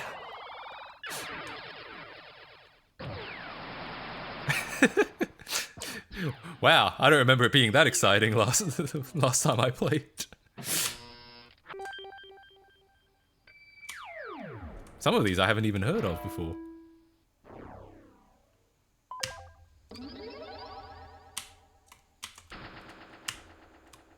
Maybe I should be playing in full screen so I can see it properly. There we go. I apologize for the stretching. I can't do anything about that without reconfiguring something in OBS. To be fair though, playing pinball is not that exciting. Like, I know it's a staple of Windows XP and Windows ME. However, someone decompiled pinball, so I actually have pinball on my Linux machine. Like, it just runs natively. So, I can kind of play. You can kind of play pinball on anything nowadays. Sounds of the full game could be. No, the video just said 3D Pinball Space Cadet, which is specifically this version. So maybe it could be labeled incorrectly, but otherwise it should be just this one.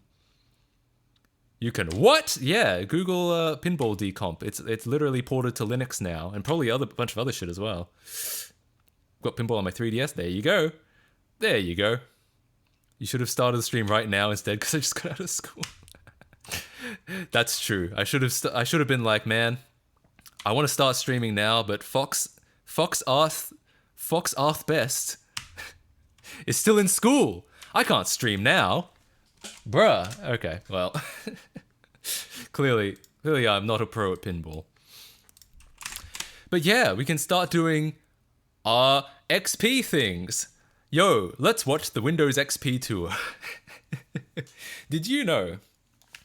For some reason, I really liked the XP tour when I was a kid. When I was like about 7 or 8. And I would literally, over school holidays, I would make, because the entire XP tour, if you let it is interactive. You can click on things and like get to certain sections that you're interested in, but it will also just autoplay. And the whole thing, I had home edition at the time, and the whole thing took about 22 minutes, which is not actually that long. But I remember during school holidays, I made it a thing that we had a brand new XP computer, and I decided I was going to watch this tour every day for school holidays. And I did. I sat in front of the computer, the beige CRT, opened up the XP tour, and I just watched it every day. just one time every day. It didn't have to be, it wasn't excessive. I wasn't addicted to watching it. I wasn't obsessed. Just had to get my daily XP tour watch in, It's just part of my morning routine. Why is it so crisp? 1080p, baby. You ever seen XP in 1080p? Yeah, you have now. Look at these dope animations. That's what I'm saying. So yeah, you can click on stuff, but if you don't click on anything, it will just play on its own.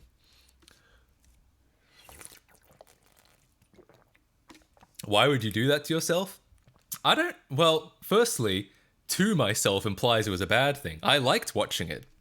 Why was I so interested in it? I'm not really sure. I think I was just interested in computers in general, and I was excited by, the new features in XP. Wow, you mean I can set power management features that I never have any use for because I don't have a laptop? Amazing. What will they think of next? More times than the person who made it? Yeah, quite possibly. Oh, the 98 tour. Yeah. That's a real thing. The 98 tour was clearly designed for a different kind of computer user. Because the XP tour is mostly just telling you about new features, like new stuff you can do in XP. But the Windows 98 tour is stuff like, now you will learn how to click with the mouse. Grab the mouse with your dominant hand and click the button with your index finger, and then you click it and it's like, well done, you have now learned how to click with the mouse. It's clearly a very different kind of consumer. The XP tour kind of assumes that you have some familiarity with computers. The Windows 98 tour does not. Best for business, it's true. I run a business. I should be using Windows XP. Is the tour flash-based? It is. It actually is. I remember, because I was such a nerd, I actually tried to reverse engineer this thing. I know where it's stored. It's stored in, I think it's stored in System32. It's stored in one of these. Well, there's tour start. No, there's an actual tour folder. I thought it was in the Windows folder. Maybe I don't. Maybe I don't know where it is. Maybe I'm not as familiar with it as I thought. Maybe it's in web. I know the wallpapers are in web. God damn it. Well, let's just do a search for a .swf file. Yeah. Oh, it's in help. Oh, I should have remembered that. I do. Now it's all coming back to me. It's in help tours. I thought it was in Windows. It's in Windows help. Okay. So yeah, it's just Flash. Just Flash. And these are all .swf files. And there's even some goddamn text. Which is always an excellent idea. Because you know what this means. Oop.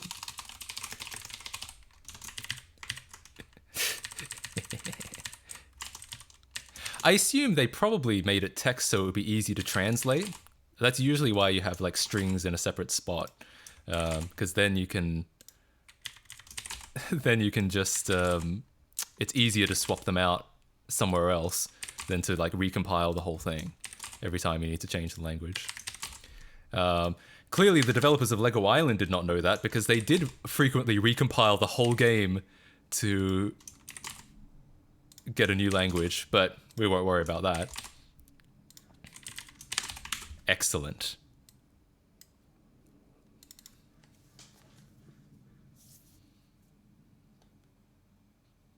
I'm not gonna skip it. Yeah, I'll give it some time.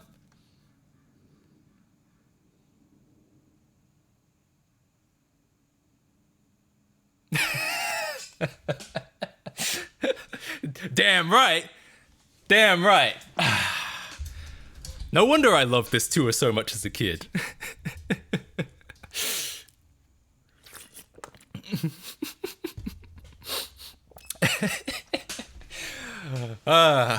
Excellent. Maybe this should be. Maybe I should turn this into a new, like, a new end screen somehow.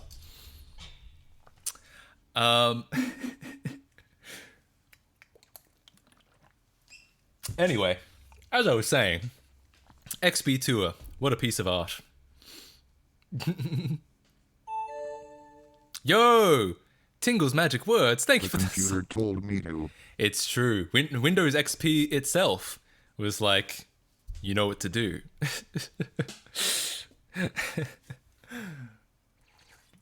Thank you so much for the sub. Not even a Prime sub. Hell yeah. Thank you so much. I appreciate that. Tingle's Magic Words. Oh, but they're gone now. They're only in the intro. I have to go through every one of these to consistently change it. But you know what? It's fine. It's fine. I'll restore the old one. I made a copy of it so I could. Good times.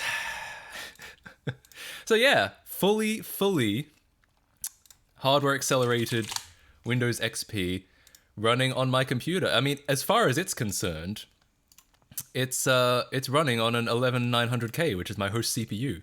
And I will say, this is probably the fastest XP machine I've ever used in my life. Like, I don't think any computer at the time was this fast because, you know, the hardware was much older and we weren't using SSDs yet. So I don't think any computer at the time was this fast. I don't think any computer that any hardware that would officially support XP would be this fast. And it's even faster than VMware or VirtualBox because it's a real GPU. So I'm really happy. I'm happy. Look at this. Look at all this direct 3D acceleration. Holy shit, a spinning box. Unheard of. This wasn't a virtual machine. It's a virtual machine, but with a real GPU. So it's better than a regular virtual machine. I did see a spinning cube with DirectX. Thank you for asking. All right, we don't need to keep watching that. So you could also pass through an optical drive to this VM and play SafeDisk and other on-disk DRM games without issues. I think so. I can't think of why that wouldn't work. I think you should be able to do that. It's the Microsoft Xbox. True. But can it run Crysis? You know what? I might actually have a copy of Crysis somewhere. Should we actually run Crysis? Is that what we should do this stream? Can it use a real PCI sound card? It can. If your computer... The thing is, motherboards don't often have PCI anymore. So yeah, I mean, you could... I could probably pass through my audio interface. I don't know if there are drivers for it, though. A USB audio interface, absolutely, yeah. Nope, yep. How many cores does the VM have? 4, it looks like. I could give it more. I could give it 16. That's how many I have on the host. Yeah, I gave it 4. But I could give it a lot more. And obviously, single core performance is probably going to matter the most with stuff from this era. And the single core performance is probably pretty good because that's my host CPU again. Why is Sis crying? She didn't subscribe to Matt KC. That's what happens. Your life just gets a little bit worse and you start crying. VMware works pretty well. However, in some cases, this would be really nice for running all. Yeah, I used to use VMware for everything because, like, as far as I could tell, it had the best like old graphics support, but it's still not anywhere near as good as a real GPU. It's the best thing for. It's the best virtual GPU there is, no question about that. But why have a virtual GPU when you can have a real one? No, sorry, I'll stop being obnoxious. Can it play Doom? I feel like there's no situation where that answer is no. I think it's always. I think if you point to any electronic device and say, "Can it run Doom?" I don't think the answer will ever be no.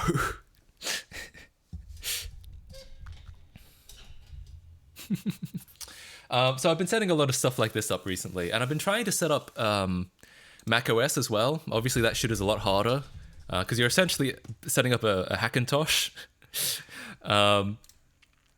but for a quasi virtual machine with the fake with a real GPU, but like, and you can even emulate a real SMC, which is like the thing that macOS looks for to differentiate real hardware from fake hardware. Usually you have to like patch the software, patch macOS. You have to install a Kext to make a fake SMC. But with the virtual machine, you can actually make your own like a fake hardware SMC. It's a very interesting, very interesting process. But so in some ways, it's slightly more Mac-like than a regular Hackintosh.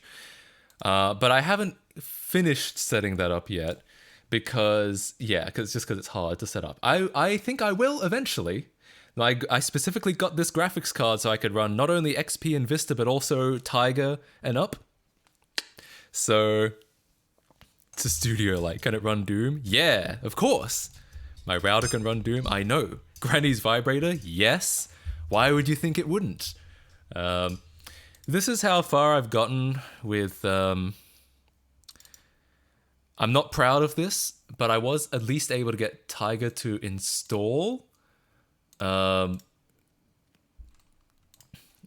only by using a disgusting distro. I haven't gotten a vanilla install working yet.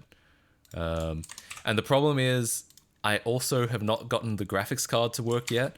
So what you're about to see is a very unimpressive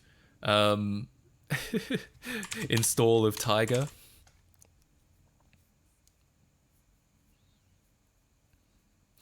Here we go. So no graphics acceleration. That's why it's in a 1024 by 768.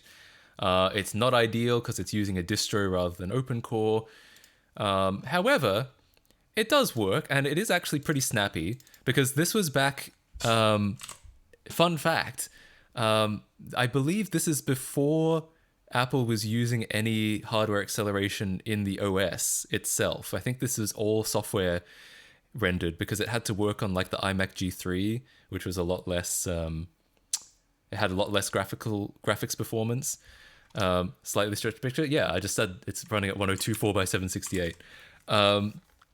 And yeah, so that's why when in that Halo video, when I ran Halo on an iMac G3, the OS was fine. The OS didn't break at all, but the game did. It's because the OS didn't require any VRAM to work. It's all software rendered, I'm pretty sure. Therefore, this looks relatively good despite apart from the low resolution, it looks relatively good. But it really ought to be hardware accelerated. It's not gonna, I don't consider this complete. I don't consider this good enough. But one of these days it will work. One of these days I will get fully GPU accelerated vanilla Tiger working.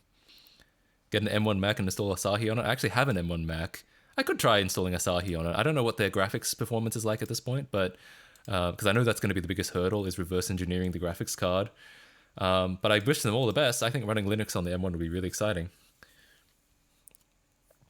Could this weird Frankenstein Mac run Doom? I'm actually relatively confident that even without a graphics card, it could. And yeah, like I said, it's all pretty snappy. The dashboard! I completely forgot about the dashboard. Yeah, I used to love this thing. Back before Google supported unit conversions, this was the coolest thing ever. Because I could, if some American on the internet was like Miles, I could be like, yeah. All I had to do was press F12, do a unit conversion, sick.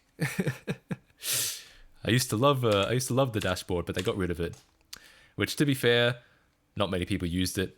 I probably used it more than most people. But man, good times. If I had hardware acceleration, this would have made a really cool ripple effect. Like the only reason it didn't is because there's no hardware accel. But what it would have looked like. Let's see if we can find a video.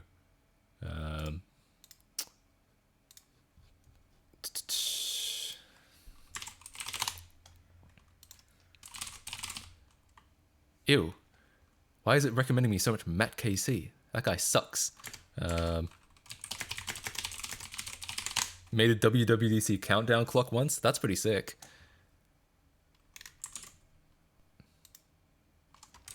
Okay. Is this actually going to show it though? All I want to see is the ripple effect. This used to be the hypest thing ever back in 2004. 2005, actually. That's when Tiger came out. Which begs the question why this video was uploaded in 2020. macOS Tiger was not current by that point. This must be old, because I think Expert Village has been around for a really long time. How to add widgets. Yes, just show me the ripple effect. Damn it. There it is. I see it. I see it happening. Oh, but it's at like 5 FPS. Fucking idiot. How dare you not restart your stream till it's in 60 FPS like me. Oh yeah, Steve Jobs showed it at WWDC. I guess we can just show him showing it. It's not going to be. It's going to be at 240p or whatever they streamed this at. But and I have to find where it is. Damn it. Well, whatever. It's probably not that important. It probably no one cares except me. So whatever. The point is, one of these days, I swear to God. Why didn't Steve Jobs restart his stream? I mean, that's the real question. People, no wonder people keep saying he's a jerk. He just refused to restart his stream that one time. Yeah. So the point is, one of these days, let's play some video games.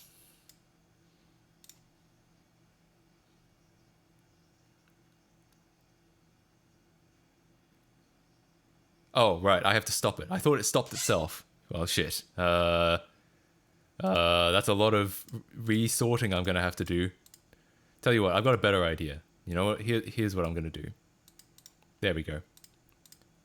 I did it! Holy shit! I'm so fucking good. I'm actually nasty at the tile game for the macOS 10 Tiger dashboard. Holy shit. Oh, took a lot out of me, that one. Fuck. All right. Okay. World record. I know. Holy shit, that was good. Could always play some chess. I actually, unironically, used to play this back in the day. I had a Hackintosh in 2007. I had a shitload of emo songs in iTunes. And I would load up a game of chess because, I mean, after all, what other game am I going to play on macOS? So, and I would load up a game of chess. I would always set it, the texture, so it was, the board was grass and the pieces were marble. Oh, I see. Because of the lack of hardware acceleration, I have to update the screen myself by dragging the window around. And I was just like, fuck yeah, this is the coolest thing ever. No, I don't even care that the texture is like stretched around the edges. No, don't worry about it. This is sick. Black to move. Oh, am I playing black? I know this, yeah, this also has like a text-to-speech thing in it, which I don't want. I'm not interested in the text-to-speech. New game, yes. Oh, right, it's because it's so delayed. Hang on. So something has just happened, but we won't see it until I like redraw the screen. There we go. Now, okay, so I just have to keep that window open for a while. So, move my pawn over. There it is. Magic. I Jedi'd that pawn to move over. It's the refresh. Yeah, there's something wrong with the refresh. Hang on. I'm gonna move a black piece with my mind. Okay. Okay. I've convinced it to move. All right, ready? Woo. It's moved. Holy shit. Unbelievable. All right. Enough of this. The point is, at some point, this will be hardware accelerated. One of these days, I'll figure it out, but not today. That's what I've been. These are the nerdy things I've been working on recently. What do you guys think?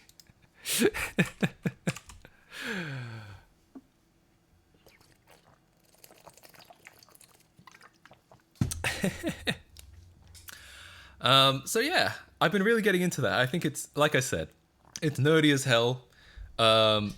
It has very little practical use. I mean, why the hell would you ever need to use macOS 10 Tiger outside of for shits and giggles like me? But you know what? If people are going to spend $3,000 on a Shrek TV, I can spend some time memeing, setting up a really fast Tiger virtual machine. Show us Big Sur. I actually really wish I could, but I can't because I have a PCIe capture card. I recently picked up a PCIe capture card, which has taken one of my slots, and I can't have I have another GPU for High Sierra and up, and Windows 10 and up, or Windows 8 and up. Actually, Windows 7 and up. But I don't currently have enough space in my computer to have both the capture card and that card in at the same time. So I could show you Big Sur, but I would have to disable my webcam and restart my computer and unplug the other capture card. I'm working on solving that because technically my computer has enough slots. It's just that the GPUs are like double height, so they overlap the slots I would need. So I'm working on finding like there's maybe an extension cable I could use or something like that. I'm working. There's definitely a solution to this, so I can have it all plugged in at the same time. But currently, I cannot. I apologize. Have you seen my Disney CRT? I have seen a Disney CRT. I know there are a lot of them around. Yo, let's take a look at some actually.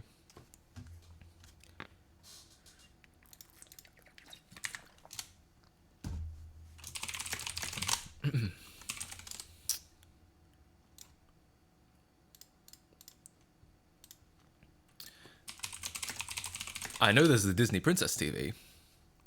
What a steal! I mean, that really is the power of memes. The Shrek TV, $3,500, I think the last time I saw it. Hold on, because I tweeted about it. Fuck off, Twitter. Twitter is slow today, I guess. God, was it really this far back? No way, really? Or did I just skip over it? No, surely not.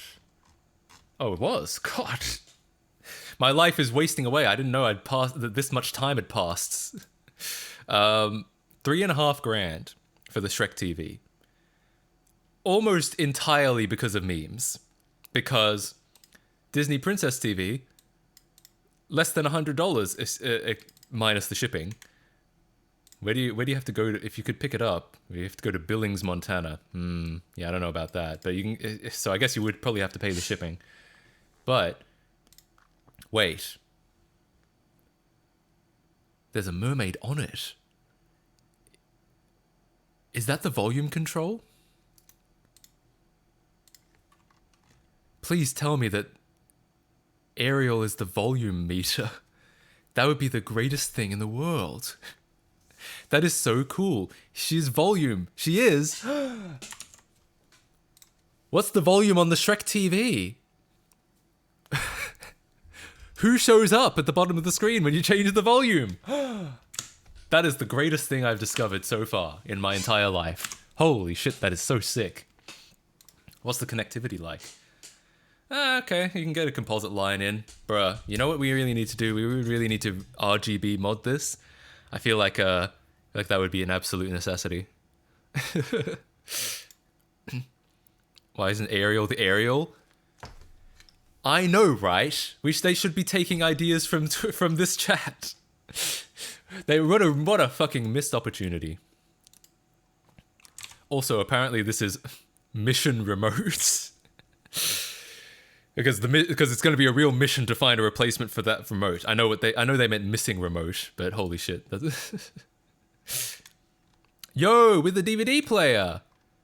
Yo, $20. I would actually cop this for $20, but where do I have to go? Where's Stockton, California? Hold on. Where is Stockton, California? Oh god. I do not live anywhere near Stockton, California. What do you guys think? Is it worth saving $143 in shipping but driving like 12 hours so you can get the Disney Princess TV for $20? How much would gas cost? That's the problem. If the gas is going to cost $143 anyway, then I guess there's no point. Damn it. Why did it have to be why did it have to be far away from me? Why can't everything just be nearby? Bunch of bullshit. Dayton, Ohio? That's even worse, but apparently the shipping is free from Dayton, Ohio. 12 hours, California that big? Yeah, it's like...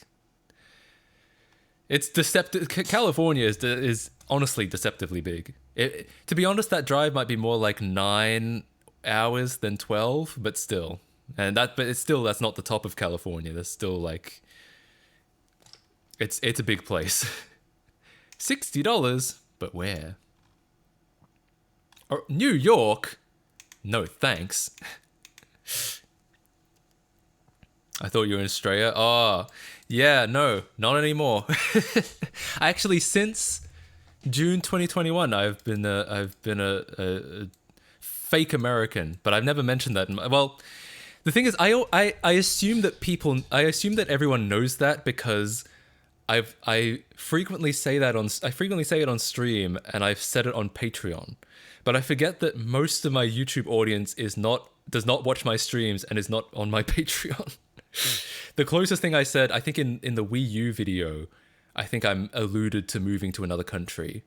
So yeah, the first Wii U video, the one where I repair a Wii U that it was not fixed, I said I moved to another country. That's I think the only time I've alluded to it in a YouTube video. But I don't make life update videos. So there's no like opportunity to do it. It can't be just like, hey, by the way, I live somewhere else. All right, goodbye. The US in general is deceptively big. That's true. Especially, I think what's a funny thing to kind of point out, the US geographically is about the same size as Australia. That being said, Australia has a fraction of the population. It has a population of about one of the larger US states. Let me think. Which state is a good example? To be honest, a lot of the big states have more than Australia's population. For example, the Greater Los Angeles area in and of itself has twice Australia's population, and that's that much of the country. In Australia, geographically it looks about the same size. However, most of the people just live around the edges here and here and like here. Most of this area is completely unoccupied because it's like arid desert. A lot of this part of America is arid desert, but a lot of this part of America is very densely populated. So it's, I think, coming from Australia, it can feel like they're kind of comparable, but the US, I think, is practically much bigger. There's so many more people. There's so much more like diversity of like thought and of like landscapes and of geography. So yeah, it's huge. Failed projects video, yeah, that makes sense. Did I mention it in both, or was it only the failed projects video? God, I don't remember. What do you think? I watch my own videos? Fuck no. So yeah. Disney Monitor. You don't like Alice Springs? I never said I don't like Alice Springs. I'm just saying most of the inland Australia is arid desert, including Alice Springs. But they figured it out anyway. Yo, nice. They've got Donald as the volume meter. Man, I didn't know they had characters as the volume meter. That's sick. Nice. Wait. Oh no, they do. They do all have RCA at the front. Still. Absolutely need to RGB mod that shit. What other TVs have we got? I know that it's not just the Disney Princess TV. There's also the Mickey TV. Shrek TV. There's a SpongeBob TV. There's a Cars TV. How much is a Cars TV? I feel like this might have not have been the best idea to like make him have a mouth but not have eyes. Or he's just got one big eye. He's literally just Mike Wazowski but car form. Oh god.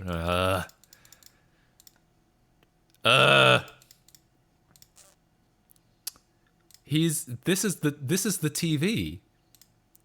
He's just got one big eye. I guess you could put something on the screen that's like an eye, and then it would look right, you know? I can pick up the Cars TV on Saturday. Does it live near where you live? Well, probably. Maybe don't tell us that if it is. To be fair, though, he's saying it's for parts, which means it doesn't work. It does not power on. Yeah, very cringe. Imagine paying $100 for a broken TV. Jesus. Man, the Cars TVs are actually kind of expensive. 300, 150, 300. Yeah, the only ones that are like under $100 are broken. Retro gaming TV. Yeah. Anytime a seller realizes something has retro potential, it's a bad sign. It's like, it's done. It's $300 or more. What the fuck? There was a flat screen Cars TV, like built into the side of a truck. God, that's really annoying. Like, it's just got this extra shit on the side. I hate that. I kind of hate the form factor of this, that it's like a TV, but then it's got like a truck attached to it. Like, oh, I hate that. I just feel like a TV should have like the shape of the TV shouldn't take up a bunch of extra space for no reason. But I guess that's not the point. All of these like cartoon character TVs probably take up a little bit more space than they should. A truck, that's Mac. Bruh, do you think I'm part of the Cars universe? Do you think I'm all about the cussy? Think again. SpongeBob TV? Damn. You know what's kind of fucked up? Oh, 86 is not bad. I mean, it's expensive, but these are all around like $100, right? Spring Grove, Pennsylvania. That's nowhere near me, though. You know what's kind of fucked up? I feel like all of these TVs are kind of expensive except for the Disney Princess TVs, because God forbid anyone have something girly in their house. You can like you're allowed to like anything as long as it's not girly, basically, and that's why the Disney Princess TV is cheaper than all of the others. Is there a Barbie girl TV? Good question. There's a... The hell is this? Oh, it's just like a fake doll set. I was like trying to figure out if this was actual furniture and a real TV, but no, it's all small. That makes sense. That makes more sense. Will receive exactly as pictured above. Fair enough. There's a Ninja Turtle CD? Bruh, no way. Yeah, I can't see any Barbie TVs. I can only see like fake doll-sized TVs, I'm afraid.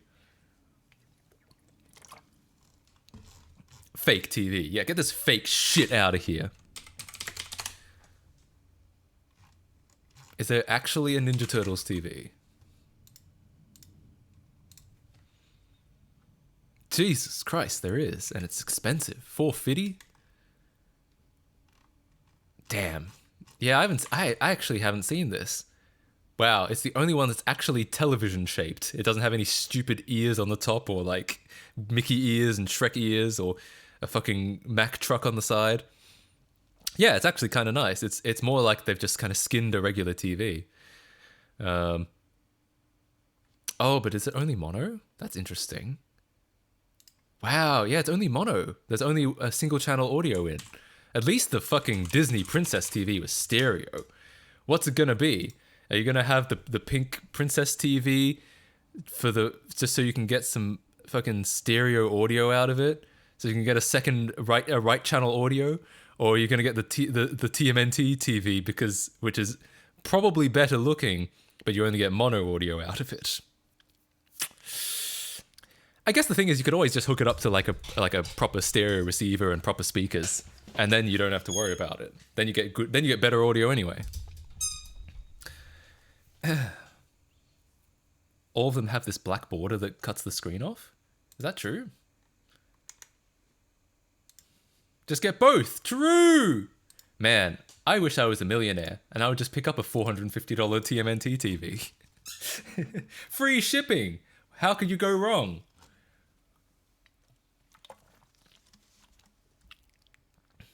They've changed the OSD? I assume they have. Yeah, it's yeah. Arial is the fucking volume meter, which is sick. I actually kind of think that's cool. And they did the same with the other Disney TVs as well. Damn. Oof. What the fuck has happened to this one?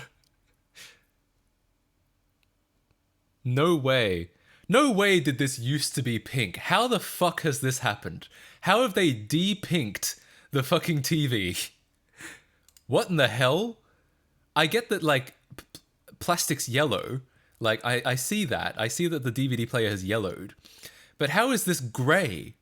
How did it go grey? Also, what's that on the OSD? Who is that? Which character is that in the corner? Just have random fucking characters showing up all over the OSD. No way. Free, you gotta get it. I'm noticing something kind of unfortunate here, which is that from what I can tell,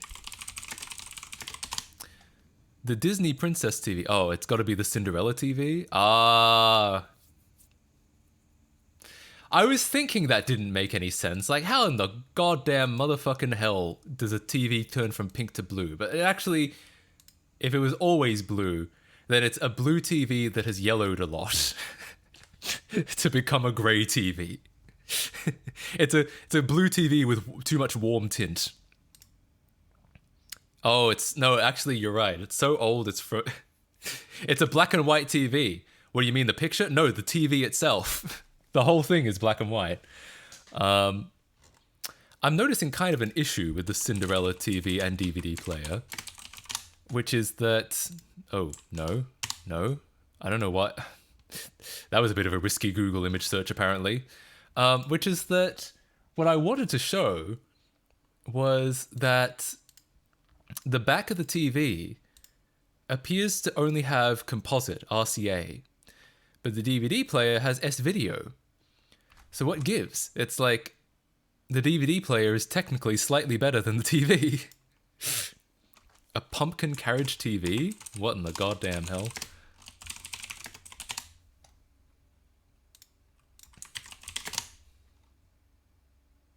I cannot find it. If there is, I cannot find it. Oh, this. This. Oh, it's a LCD. It's just a boring LCD TV. Cringe. Yeah. Whatever. What do you think? I look at LCDs? No. I wouldn't go near an LCD.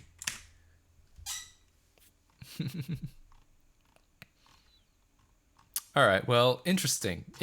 I wonder if there's like an exhaustive list of like novelty CRT TVs. Bruh. $25?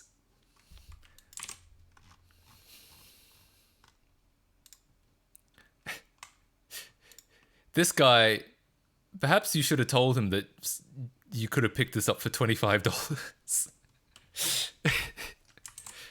LCD's nuts. True. You're not wrong. Absolutely true. CRC tier list? Someone's done a tier list of it? That's funny. I should do that. I should make a tier list of all these goddamn novelty TVs for kids. Holy fuck. No way. What do we got here? We've got Cars, we've got Bratz, we've got Shrek. Clearly, as always, the Shrek one is the most important. Not only is Shrek standing ominously over to the side, the Shrek one is quite literally front and center. Yeah, what a fucking flex. How many thousands of dollars do you think this is worth now? God, what the hell is that? Is that like Cabbage Patch Kids or some shit?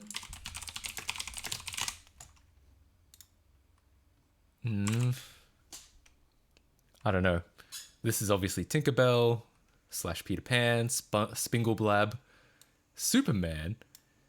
Man, that's for a Superman TV. That's surprisingly pink, or maybe it's like Supergirl. Is that Pirates of the Caribbean? No way! I just watched the Pirates of the Caribbean movies recently after years of having no idea what happened in them. Strawberry Shortcake? Ah, okay, that makes sense. No way, a Pirates of the Caribbean TV. I feel like I watched Pirates of the Caribbean and I feel like that's... a lot of these TVs are for like really young kids. And I feel like Pirates of the Caribbean is not a movie for really young kids. I feel like you should probably at least be like a teenager before watching that. Maybe I'm wrong though. Maybe everyone grew up with pirates and I was the weird one. Barbie. There is a Barbie TV. I thought we couldn't find one earlier. Maybe that's just so rare. Oh, no, it does exist. What the fuck? Why didn't this show up before? Barbie Bloom Tube. Alright. $210. Oh, it's just the one? Oh no, $50. Holy shit, why didn't this show up earlier? That's what I'm saying. Yo, he's playing some NES, I think. Maybe not. No, it's a Jack Specific. Fuck. It's a crappy plug and play bullshit. Yeah, exactly. Wait. Inglewood is actually not that far from me. It's like an hour from me. But that's not bad. $50 Barbie TV. Gonna have a good long hard think about that one. What else have we got? Oh, that's the Disney like Mickey Mouse TV. That's where LAX is. Yeah. True. You gonna get the Barbie TV? Maybe. Is it a wise purchase? No.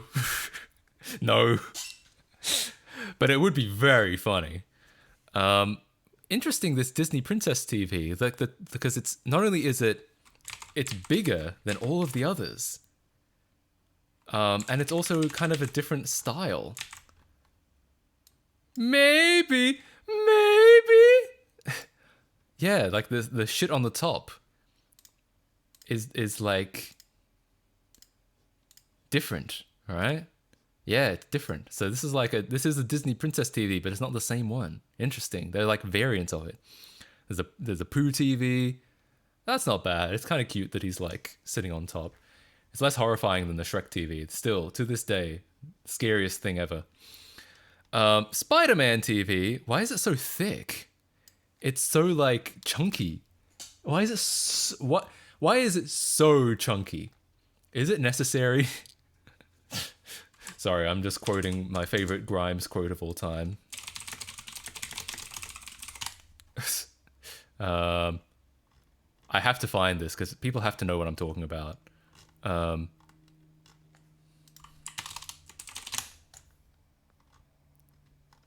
This one. The attack is too high. The noise gets too high currently. Why are you so buff? Is it necessary? What? I don't know. I like working out. I really like Grimes as a musician, but this is by far her greatest work. Is asking Hassan, why is he so buff? Is it necessary? Which is what I am asking to the fucking Spider-Man TV. Hold up. Too high currently. Why are you so buff? Is it necessary? Exactly. I don't know. Exactly. I like working. Wait. We haven't even talked about the Heineken TV. That's not for children. What in the fuck? Hassan is trash, dude. I wasn't even talking about Hassan. I was talking about the Grimes quote. I knew this was gonna get political. Anyway, whatever. Fucking a Heineken TV, and it is in fact colored like a beer bottle. My God. I actually, honestly, I don't care for beer, so I would not care for the Heineken logo. But this like emerald green television, honestly, sick. I honestly really like that. I really like that green. The green happens to be my favorite color since childhood. So, unironically, kind of like that. Kind of into it. I wouldn't necessarily care for the Heineken logo, that's all. Hello Kitty TV, classic, obviously. TMNT TV, but not the one we saw earlier. Not the one that showed up when I did a Google search. TMNT CRT TV. Not this one, because this was a different color. Unless it's just the lighting? Could just be the lighting, but... Oh, I think it is just the lighting. Yeah, it looks like a completely different color, but actually I think it's just the lighting. It is. Yeah, okay. I thought it was a different color. It looked different. It looked like a different color, but okay. Oh, someone saying clear prison TV. Yeah, I guess so. I'd be into getting a prison TV. Prison TVs are the ones where all the plastic is see-through because fucking bus bullshit. Fucking motorcycle shit. All right. Yeah, the prison TVs are where they have to make them completely see-through so that people don't like smuggle shit in. Unironically, kind of cool. Apparently it would cost you about $150 on eBay though, so they've definitely become novelty value. They've become as novelty as like the fucking Shrek and Disney TVs, basically. $200, for God's sake. They're not even like good TVs is the thing. Like they don't have any inputs on them because, you know, why would you need inputs in prison? You're not going to be just hooking up your N64 to a prison TV. So they're not even wonderful TVs. They're just kind of novel. So yeah. Would you get the Hot Wheels TV? Is the Hot Wheels TV here? I don't think so. And Dora Explorer TV. Oh wait, Batman TV. Almost missed the Batman TV. That's not a bad... That's kind of an interesting... Like, I almost feel like back in the 90s, an actual manufacturer would have made TVs that look like this, but not Batman themed, but they would have still had this curved design just because that would have been fashionable. The bat-shaped remote... I don't know about that. Like, imagine using a regular TV remote, but it's two-handed, apparently. I don't know about. I don't think I'm into that. I don't know. People saying the remote. I don't know. I don't love it. I don't love the two-handed remote. The Dora TV. The Dora TV. Sadly, those stickers look kind of faded. Unfortunately. Otherwise, it's a red TV. It's red, kind of like the. It's almost exactly the same shade of red. I feel like. But yeah, lol. Yeah, it doesn't look like there's a Hot Wheels TV. I have seen the Hot Wheels TV though. No, not the TV show. Dumb fuck. Google doesn't even know what I'm thinking. Oh yeah, the Hot Wheels PC. Maybe that's what I'm thinking of. Maybe I'm not thinking of. Maybe there was no Hot Wheels TV. There was just a PC. Honestly, again, for all intents and purposes, I'm pretty sure it's a very crappy. Oh yeah, because didn't Shank make something with the Hot Wheels PC? Oh, for all intents and purposes, I'm pretty sure it's a very crappy PC. But for novelty value, it's great, and you could always like build something better into it. The Hot Wheels PC monitor. How much are those going for? I'm certainly not gonna buy. I feel like it's gonna cost way too much. Just do the PC.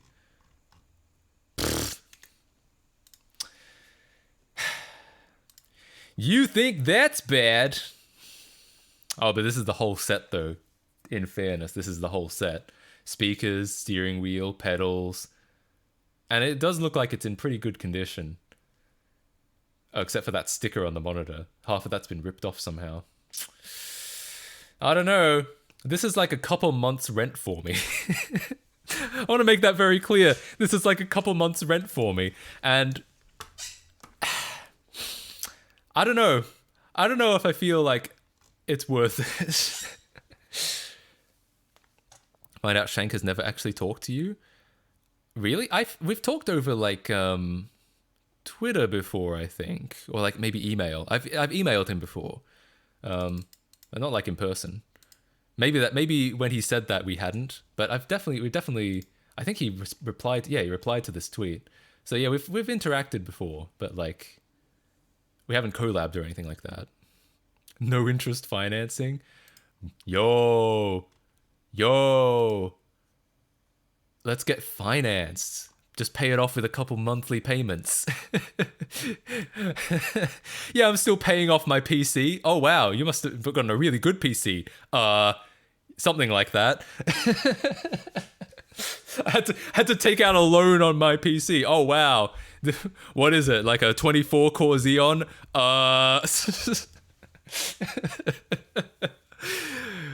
Damn. Alright, well. I am going to have to take a quick piss break. How long have I been streaming? Because the current VOD is only an hour 20, but that's only when I restarted the VOD to be 60 FPS. How long was I streaming before that? Amogus. Oh, because it does kind of look like...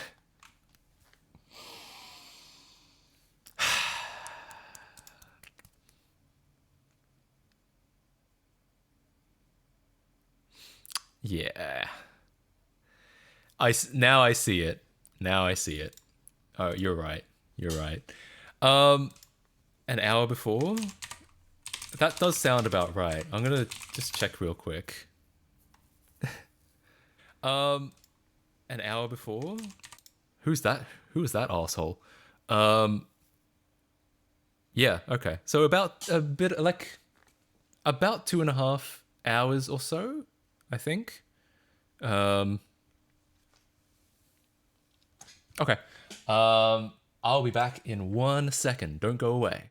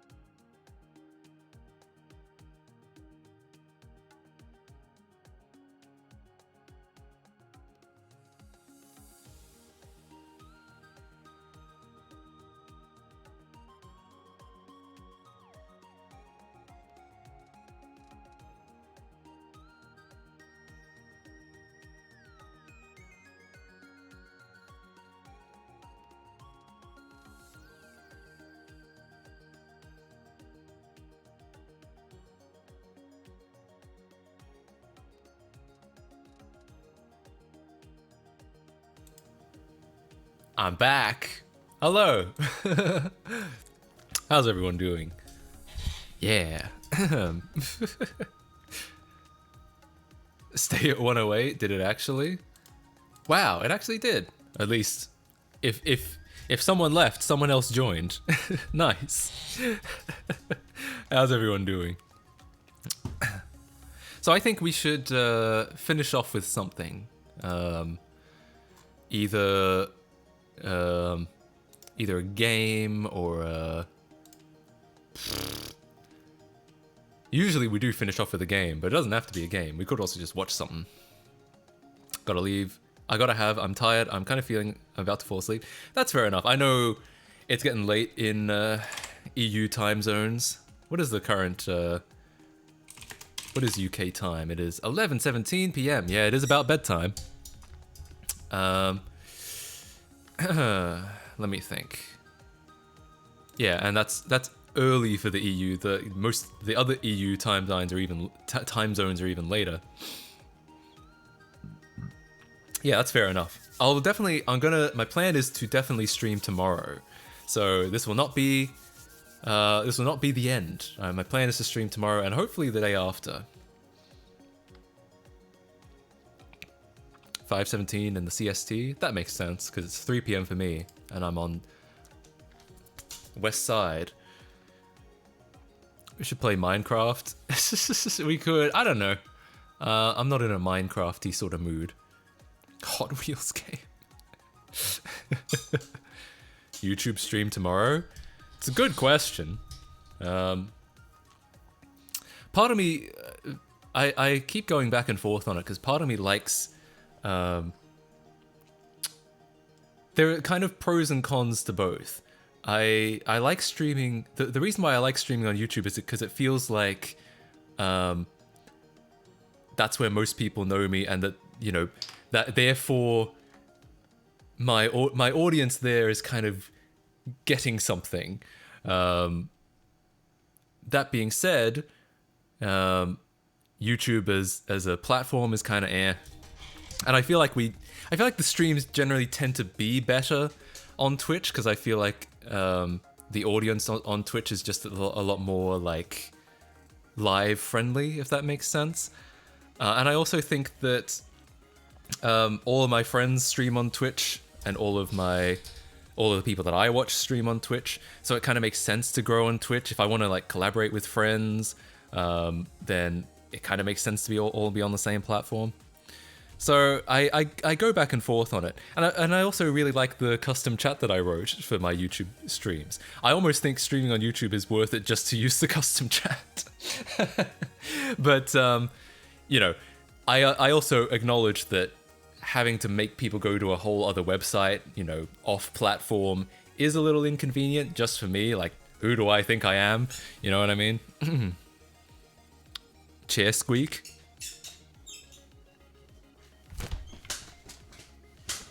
Yeah, it's squeaky. I should probably oil it. I should probably grease it.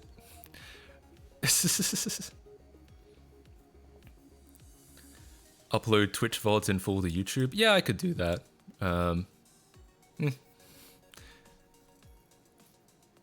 It's great that you still use Twitch. That's how I found you, TBH. Is it really? Holy shit. I have thought about... I said this a little bit earlier. I have thought about just breaking the Twitch affiliate rules and simulcasting. There are pros and cons to that as well, but I have no idea.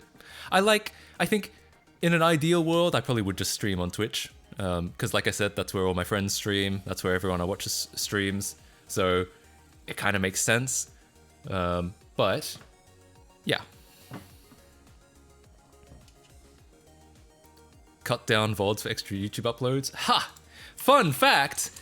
Did you know that I have a clip channel over at MattKC Live where we post edited down segments from the stream? That's a lot of fun. Maybe you should subscribe. 80%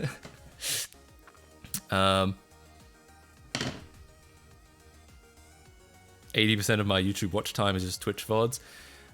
Yeah, I mean, I do have VODs on my main channel. Like every time I stream to YouTube, the VODs stay up, and then I unlist them. Well, they're up unlisted. Hang on, I can show you. Amogus. So yeah, if you go to my channel and you scroll down, all the VODs I've ever streamed to YouTube are right here, and that's cool.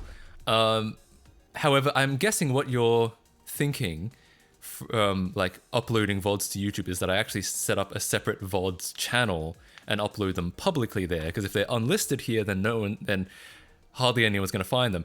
I've had this set up like this for like months, and people still ask like, man, I wish there was a way to watch your old VODs. And I'm like, there is. So clearly no one finds them if I post them up unlisted.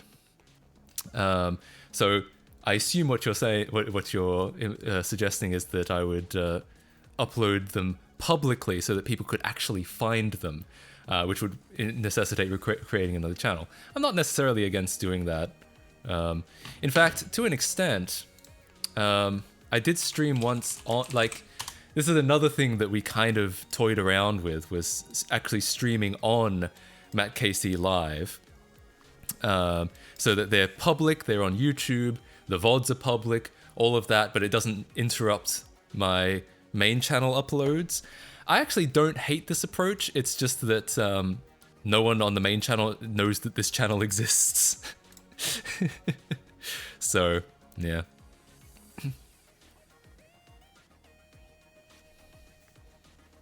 Wish there was a way to watch your old Twitch VODs. Yeah, I mean, I archive everything. I have an archive of every VOD I've streamed to Twitch. But yeah, they're not posted publicly. So I you know, it wouldn't necessarily be a bad idea to just post them on YouTube.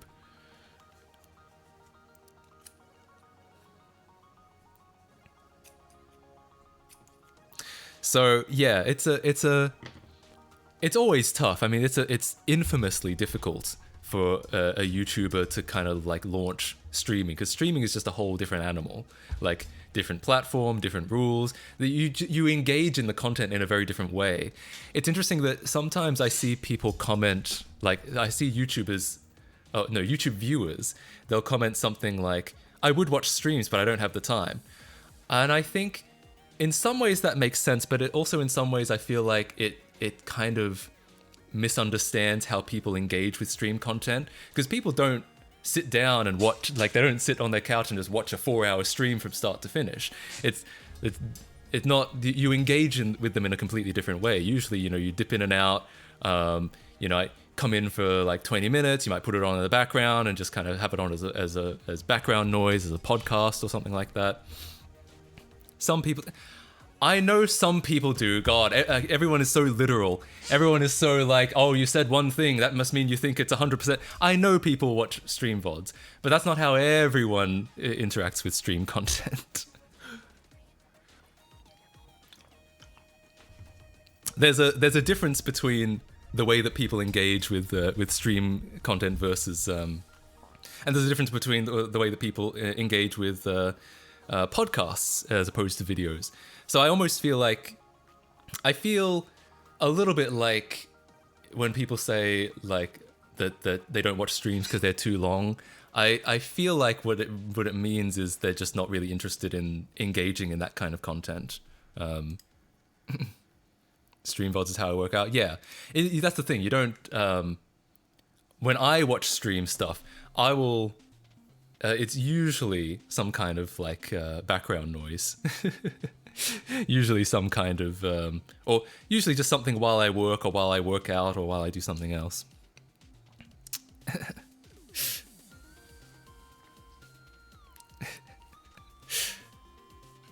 I have 60 VODs saved in my own streams with separated audio. It's getting to the point where storage is getting kind of scary. I want to upload them all, but I need to convert them with FFmpeg. Yeah, that makes sense. It is true that storage is a concern, because every stream is like several gigabytes, you know. That being said, it may be good to have local copies, because if you only post them to YouTube and then you know you end up having something copyrighted in them and they get taken down, then you might lose the only copy you have. Though I think usually you still have access to to videos, even if they get like delisted for copyright reasons, I think you can still re-download them, right? Store it all in 480? I guess you could. I mean, it's kind of a shame though.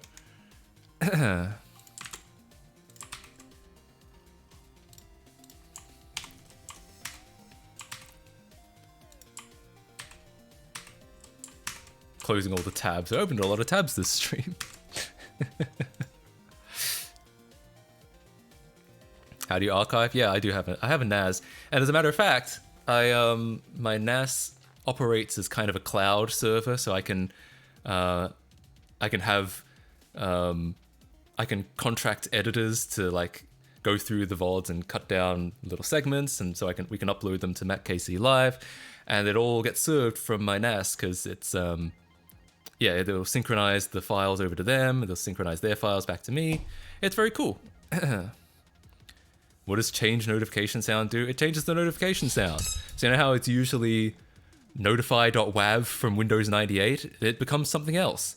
The problem is no one's ever figured out what actually happens, because I think it only changes for a minute. It changes for 60 seconds, right? And it's never happened that someone has changed the notification sound and caused the notification to happen in those 60 seconds. What it should probably do it should probably change the next notification sound. Oil your chair.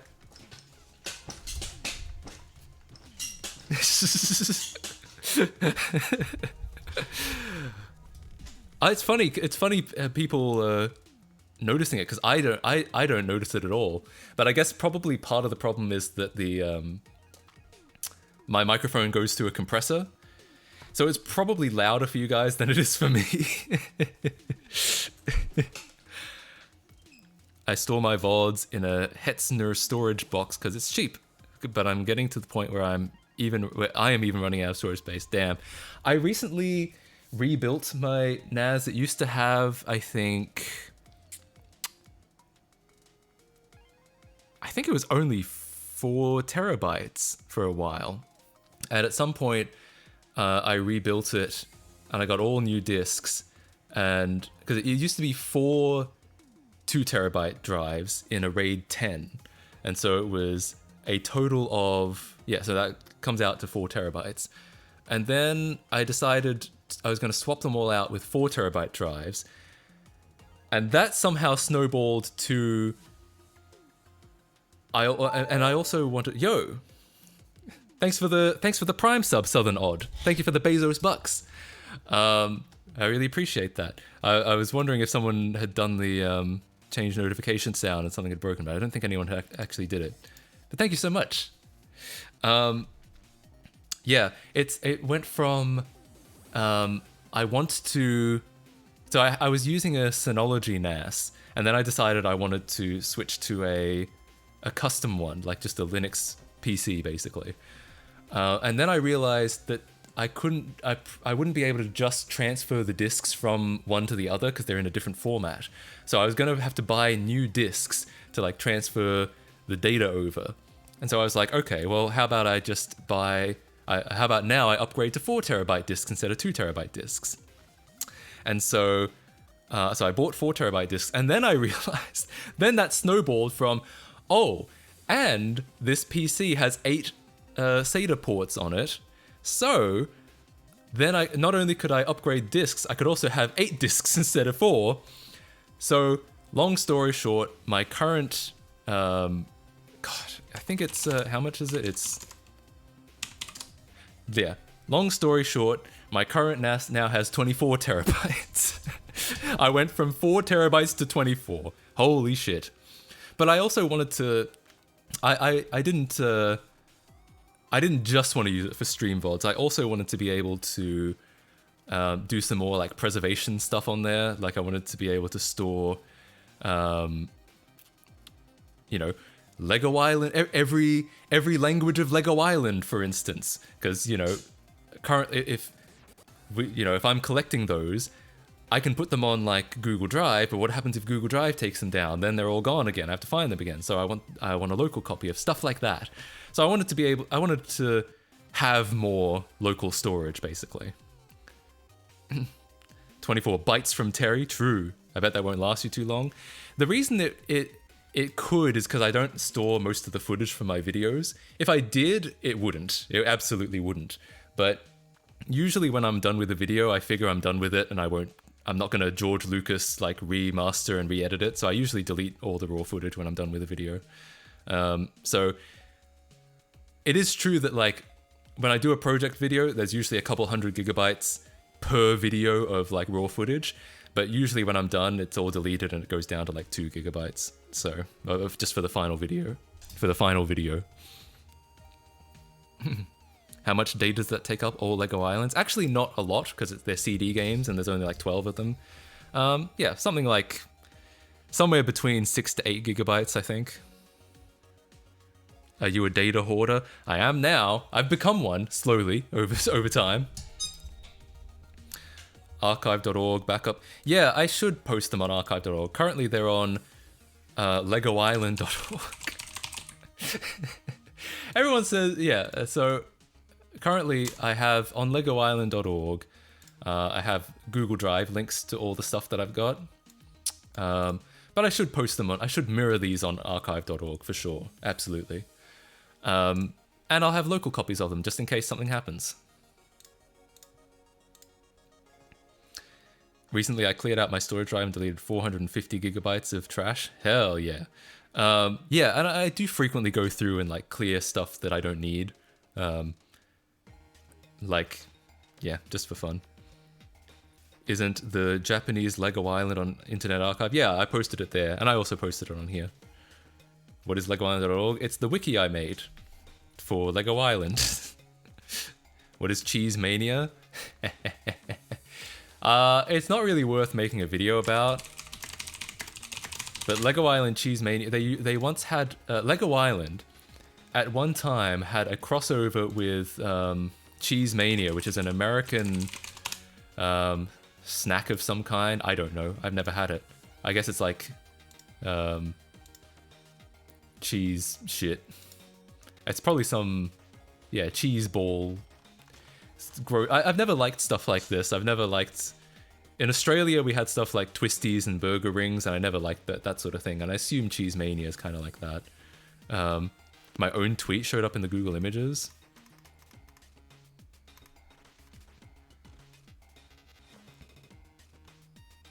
I missed it. Still, the point is, so Cheese Mania is some kind of snack, and at one point Lego Island did a crossover with Cheese Mania.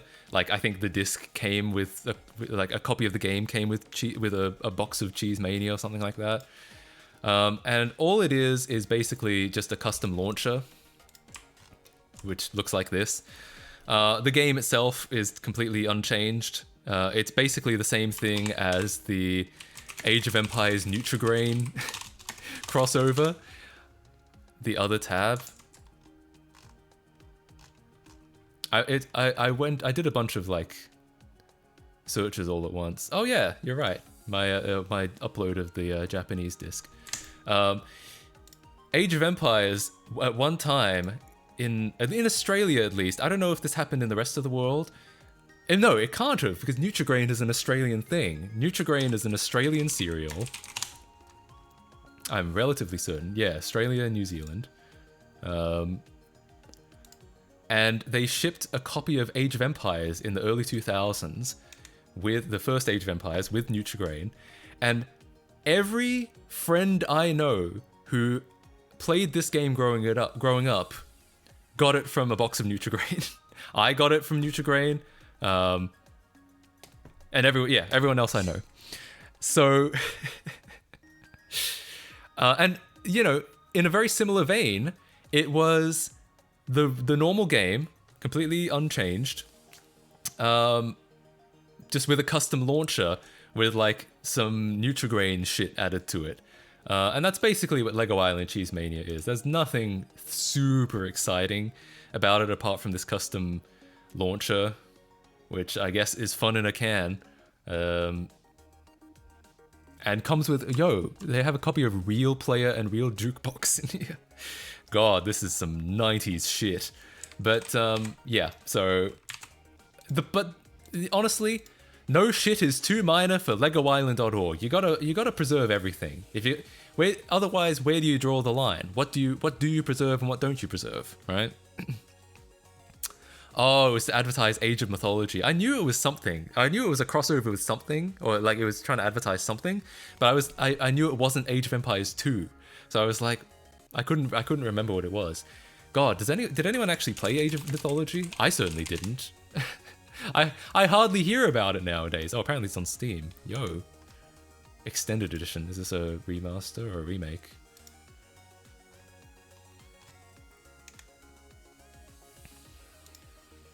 Nice. Guitar Hero 4 hours a day on addiction. I feel like that's I'm missing context for that. We have Nutrigrain bars in the US, but it's not cereal. Ah, interesting. Interesting. Is that why when I googled Nutrigrain? Ah, that's why when I googled it, it came fucking stairs. Bruh, imagine being an AI and not being able to pick out some fucking stairs. How stupid do you have to be? But that being said, I feel like stuff isn't stuff getting pretty good at like identifying things in images? Isn't that not going to work pretty soon? That's why when I googled Nutrigrain, it came up with all these bars. That makes sense because I have an American IP address right now, so it's suggesting me the bars. I was like, what the hell? what is this? Yeah, this is what Nutrigrain is in Australia. What's going on? Oh, no. Don't worry. This is not my IP. I am not worried about leaking this. If you look this up, this is just going to be the IP address of some random VPN. Because I run my stream browser through a VPN. And the reason why is because I got sick to fucking death of websites like Google doxing my IP on stream. It gets even worse because websites like eBay will geolocate your IP and be like, yo, you live here, don't you? Cool. Thanks for telling everyone on stream my zip code. Thankfully, because I run it through a VPN, this is actually not my zip code. This is the zip code of whatever the fuck VPN I'm hooked into. So no, don't worry. It is perfectly is all safe and taken care of. Weet-Bix, yeah, Weet-Bix. I was going to talk about Weet-Bix actually. Speaking of Australian cereals, because I actually have some fun. I don't know if I saved any links or anything like that. Weet-Bix is now. It's not really important what it is. I just wanted to show this hilarious commercial from the early 2000s. Weet-Bix, by the way, has a theme song. Hey, where's my Weet-Bix? They're a real sanitarium Weet-Bix, and there are cheaper copies. Bruh, throwing some fucking shade at what is probably, I think, Uncle Toby's Vitabrits appears to be what they're dunking on in this ad. But only whole grain sanitarium Weet-Bix provides double the zinc and 6 times more No way! I've been looking for some more zinc and to help young folate. bodies grow, and twice the iron to fuel muscles and energy. So to be your best, there's only one sanitarium Weet-Bix. That might be one of the most Australian things you will ever see in your life. The Weet-Bix theme song. It's such. I feel like this kind of sums up everything about the suburban Australia experience. Like you've got this house, you've got these there's something. I've noticed something about Australia in photographs, which is that you can always kind of tell, like, or when you're on GeoGuessr, you can always kind of tell it's Australia because there's something about the plants and the strength of the sun. It like the plants are colored in a specific way compared to other countries, and then of course your Australian athlete. this is whenever someone's like an Australian. What do you think an Australian looks like? this is probably what comes to mind. I remember I was at one point I was dating an American girl, and she told her friends that she had started dating an Australian, and they were like, "Oh, cool! Is he like a blonde surfer dude?" This is who they thought I was. Sadly, prepare to be disappointed. I am neither of those, but there's a reason. There's a reason why people think that that's what Australians are like. When I think Australia, I think Greek. Yeah, sure. There is a lot of Greek immigration. And the beach. Everything Australian in one commercial. There you go. I could never picture Matt surfing. Holy shit. Yeah, me neither, to be fair. You're right. You're not wrong.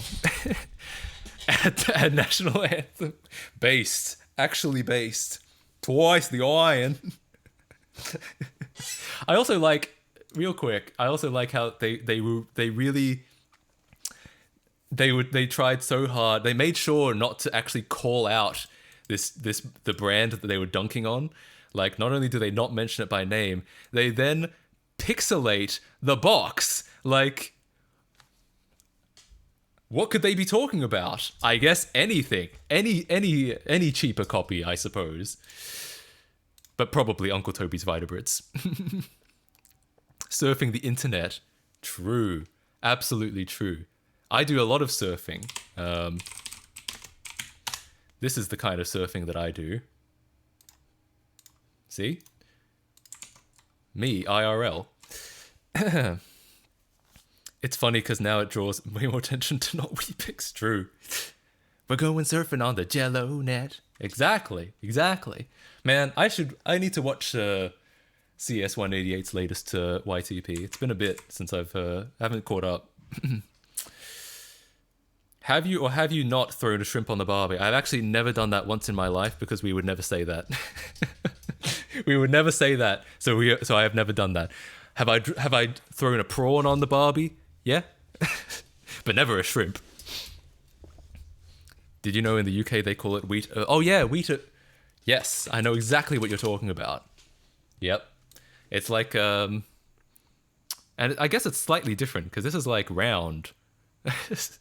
Whereas Weet-Bix itself is not round. It's like it's brick shaped, because that's how thick you'll get when you eat it. This is what your muscles will look like. Shrimp are fucking tiny. Why would you? Exactly. That's what I'm saying.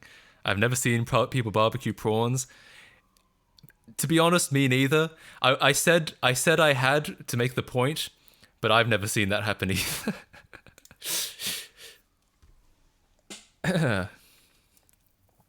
Wheat bricks? I guess man, why are they not called wheat bricks? They really should be called wheat bricks.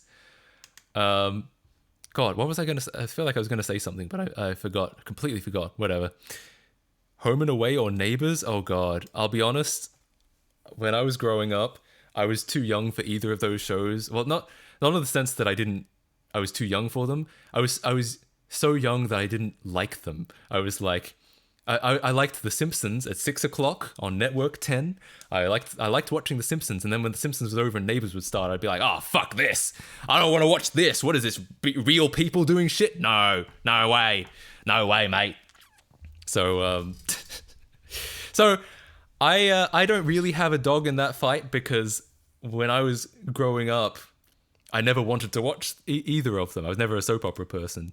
I do, however, think it's very funny that virtually every Australian actor you can trace back to being in Home and Away or Neighbours. Margot Robbie, I think she was in Neighbours.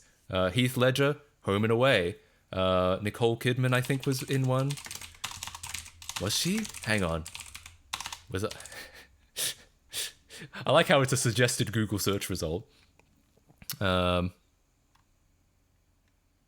she in Home and Away? Maybe. God, I actually don't know. Simpsons was on 10. That's weird. Yeah, it was on 10. Now it's not. They like switched. It was so weird. They did like a switcheroo. Like one of the channels is now another channel, and I don't know. I stopped watching TV when that happened. Oh yeah, Chris Hemsworth was in Home and Away. Isla Fisher, Home and Away. Yeah, anyway, the point is, I never watched any of those, but I do, as an adult, I think it's funny that if you like any Australian actor, chances are they were in Neighbours or Home and Away. Secret Aussie KFC menu? Is there? Maybe. I don't know. When I was younger, there was this dickhead at the park who was from Home and Away. That's such an Australian sentence. There was this dickhead at the park. Yeah, fair enough. I understand. Particularly 7, mate. Yeah, one of the channels is called Mate now. And people just say that without thinking about it. They're like, oh yeah, it's on Mate now. And I'm like, why are you calling a TV channel like that? That like it makes any sense. That again, that's kind of when I stopped watching TV. When I was like, I watched TV a lot, like religiously, until I was like 12 or 13, and that's when I switched almost entirely to watching YouTube, and like all of my content that I ingested was from the internet. And so there's like a whole era of Australian television that I have no awareness of. And so when people started saying like, oh yeah, I think this show's on Mate now, I was just like, what in the goddamn hell did you just say? Oh yeah, to be fair, the UK has Dave. That's like the catch-up channel, isn't it? That's a funny one too, I will say. Like whenever I watch Top Gear, they're like, this is airing at this time, unless you're watching a rerun on Dave. And I'm like, it's called Dave. Yo, Dave himself, my man Dave, is showing me reruns of Top Gear. Very cool. Did Fox license The Simpsons, or did they own that network? It must have been a license. They did not own Network 10. Foxtel also really fucked up Aussie TV. Yeah, kind of. I've thought about this a lot, because here's the thing. In America, like, television is like, yo, B4CCH, thank you for the Prime sub. I don't know if that's a word, like batch or bitch, but I don't. Either way, thank you so much for the Bezos box. I really appreciate that. Thank you so much. Yeah, Foxtel. What a funny situation. So what I've learned in recent times is that in America, television was almost always cable TV that you paid for. If it wasn't cable TV, then what you got was like NPR and PBS. NPR isn't a TV station, but something like that. You would get like this was supported by viewers like you, sort of television. But like all of the major American television was cable TV, is what I've learned. That was not the case in Australia. In Australia, a substantial amount of television programming was free to air, almost like the British model, except I don't think we didn't pay a TV license. I guess it just came out of our taxes. So, and I've kind of picked up over time that what I grew up with, so you might think that I grew up in Australia, so I must have watched a lot of Australian children's shows on TV. And to an extent, there were Australian television shows, yes, but there weren't a lot of them. So you might be thinking, well, surely you probably watched American television shows then. No, there were no American children's shows on. So the TV shows that I watched, it seemed like the vast majority of them came from Canada. So I grew up with a lot of Canadian television shows. For example, well, actually, I don't know if there are any examples. Just looking back, I mean, I didn't pick up on this at the time, but looking back, a shocking amount of Canadian television shows. Because I guess there was some kind of deal with like Australian TV and Canadian TV that they would like share TV shows, and when you think about it, it actually I can kind of see how it works, because that was the free television, the free to air. But if you paid for Foxtel, which was kind of like cable TV in Australia, then you got all the American shows. You got Nickelodeon, you got Disney Channel, you got Comedy Central. That's what it's called, right? Cartoon Network, etc. And I'm realizing it must be because in America, those shows would have already been paid. Like you would have paid for cable TV to get those shows. And so the free-to-air stations in Australia wouldn't have been able to afford those shows because usually they would have been paid for by cable TV. So the only way Australians could get it was by paying for Foxtel. I don't know. That was that's, to me, was like a revelation. Like my entire childhood was informed by Canadian television because I watched TV that was free as opposed to paid. Whereas all my friends are talking about, like, all my American friends talk about growing up with like SpongeBob and shit like that. And I'm like, and they'll quote SpongeBob to me, and I'm like, I didn't grow up with SpongeBob. And they'll be like, what the fuck? Why didn't you grow up with SpongeBob? It wasn't free. It was on Foxtel. It was on Nickelodeon. I didn't have Nickelodeon growing up. And it's only recently that I've realized, like, so much of my early television memories were informed by Canadian free TV that was somehow shipped over, not as opposed to the American TV stations that a lot of my American friends grew up with. It's only now that I've realized why and how that happened. Anyway. The Foxtel box had a weird, like, credit card thing in it. Yeah, I actually know what you're talking about. I've seen that box. I don't know why. I never used the card reader or whatever was in it. As someone who didn't have a cable in the US growing up, I feel you. What did you watch? What did you watch? How did TV work if you didn't have cable in the US? I don't know anyone who didn't have cable in the US.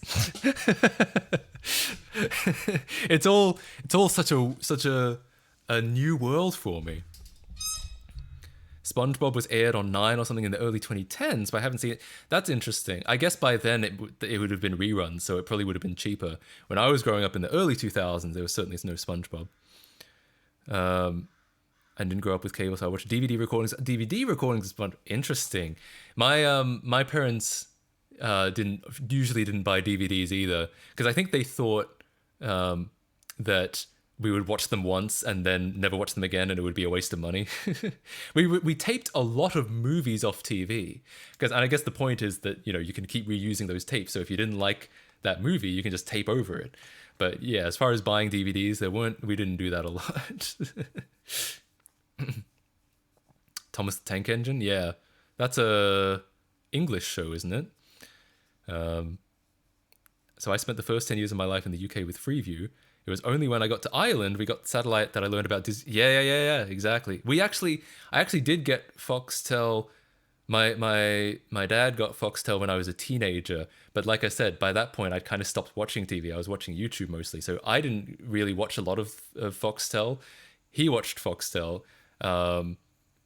for various things. I don't know what he watched. I wasn't there. I was in my room watching YouTube.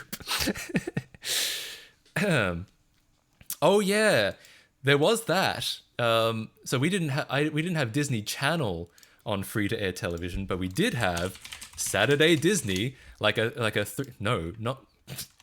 Google autocomplete. Saturday Disney, which was like 3 hours on Saturday morning, where they would be licensed to show, 3 hours including commercials. Wow, how did I remember that? Where they would show some Disney shows. So yeah, I did watch a handful of Disney shows, like Kim Possible I watched, The Proud Family I watched, and the only reason was because of this one, well, to be honest, excluding commercials, 2 hour... Wait, it was only 3 hours, but no, I was wrong then. So because when I watched it, it would have been, so it was only 2 hours. So I watched, I was issued 2 hours worth of Disney shows on once a week, basically. I wonder how it worked with translated shows. I watched a lot of American shows translated to Dutch. Interesting. Yeah, I don't know anything about that because obviously I grew up in an English language country, watching all English language stuff. My mom was a little touchy, so we watched a lot of PBS and somewhat less. Oh, interesting. ABC, NBC, CBS, and PBS and Fox are. Oh, okay. Yeah, that's the thing. I don't even know which ones are cable and which ones aren't. I just know that a lot of people grew up with cable in America. Couple of discs of SpongeBob and all. Yeah, I would wear out. Like I would wear out those tapes from TV. Like we taped off the TV Cheaper by the Dozen, the 2003 version. I probably watched that movie like 12. I probably watched that movie at least a dozen times. And it's not even because I thought it was a good movie. I actually remember thinking it was not a very good movie. It's only got a 5.9 out of 10 on IMDb.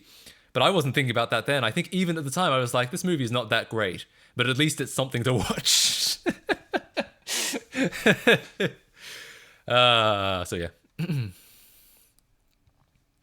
Filmed in the UK for the model seasons. And I shit you not, the first 4 CGI... Oh yeah, it was remade in CGI. Again, I kind of stopped watching TV around that point. And by the same company that did Sausage Party, also in Canada. Great. Good to...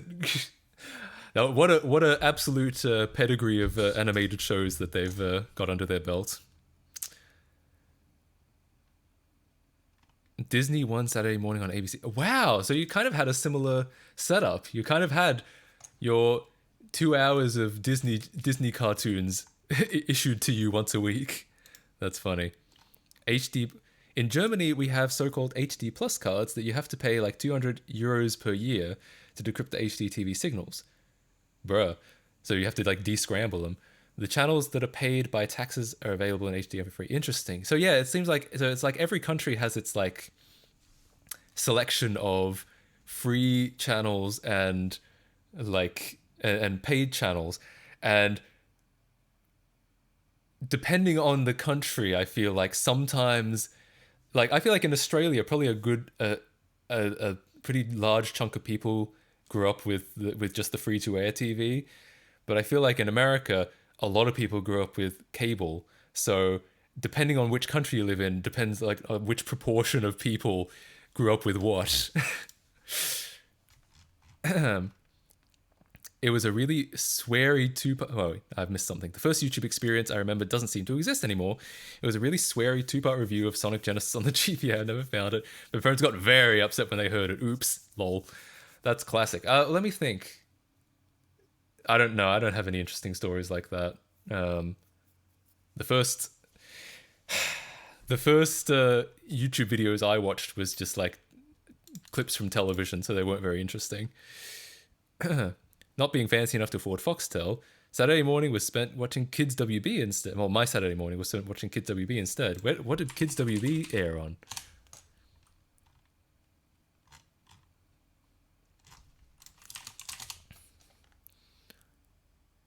Oh, that's an American thing, is it? Interesting. I've never heard of this. So yeah, it's a very, very similar to what I experienced. I remember Disney Channel being free in Spain, at least in the 2010s. Interesting.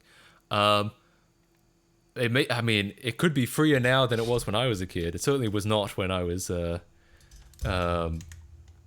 growing up. God, I had to put up with shit like the save ums. Yeah, this shit. I'm pretty sure this is Canadian. Hang on. Yeah, Canadian.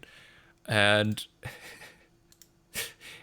it's just a bunch of 3D polygons. On the land, in the air, under the sea, we're the Save-Ums. Though, I have to be honest, in the early 2000s, it was actually kind of hype seeing CGI on TV. Like, usually you didn't see that. That being said, it's shit. It's all shit. I remember that garbage. True enough.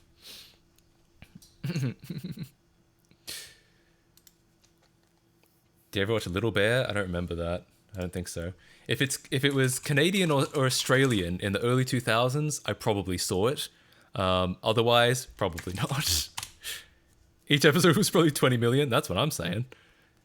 Little Bear is a movie. Oh, Little Bear and the Savums. Wait, what the hell? No. Oh, okay. No. Never mind. I just misunderstood. I thought Google said related to Little Bear and the Savums. I was like, bruh, is Little Bear and the Savums a movie? No, it's two separate things. Google is just relating two separate things together. Okay, fair enough. False alarm. Mickey Mouse Clubhouse was my childhood. Was that on Disney Channel? We didn't have that growing up. I always preferred watching ABC3 compared to 9Go because the ABC had no ads. Yeah, that's... I know... I've heard of those channel names, but that's after my time. When I was growing up, there wasn't even an ABC2. Okay.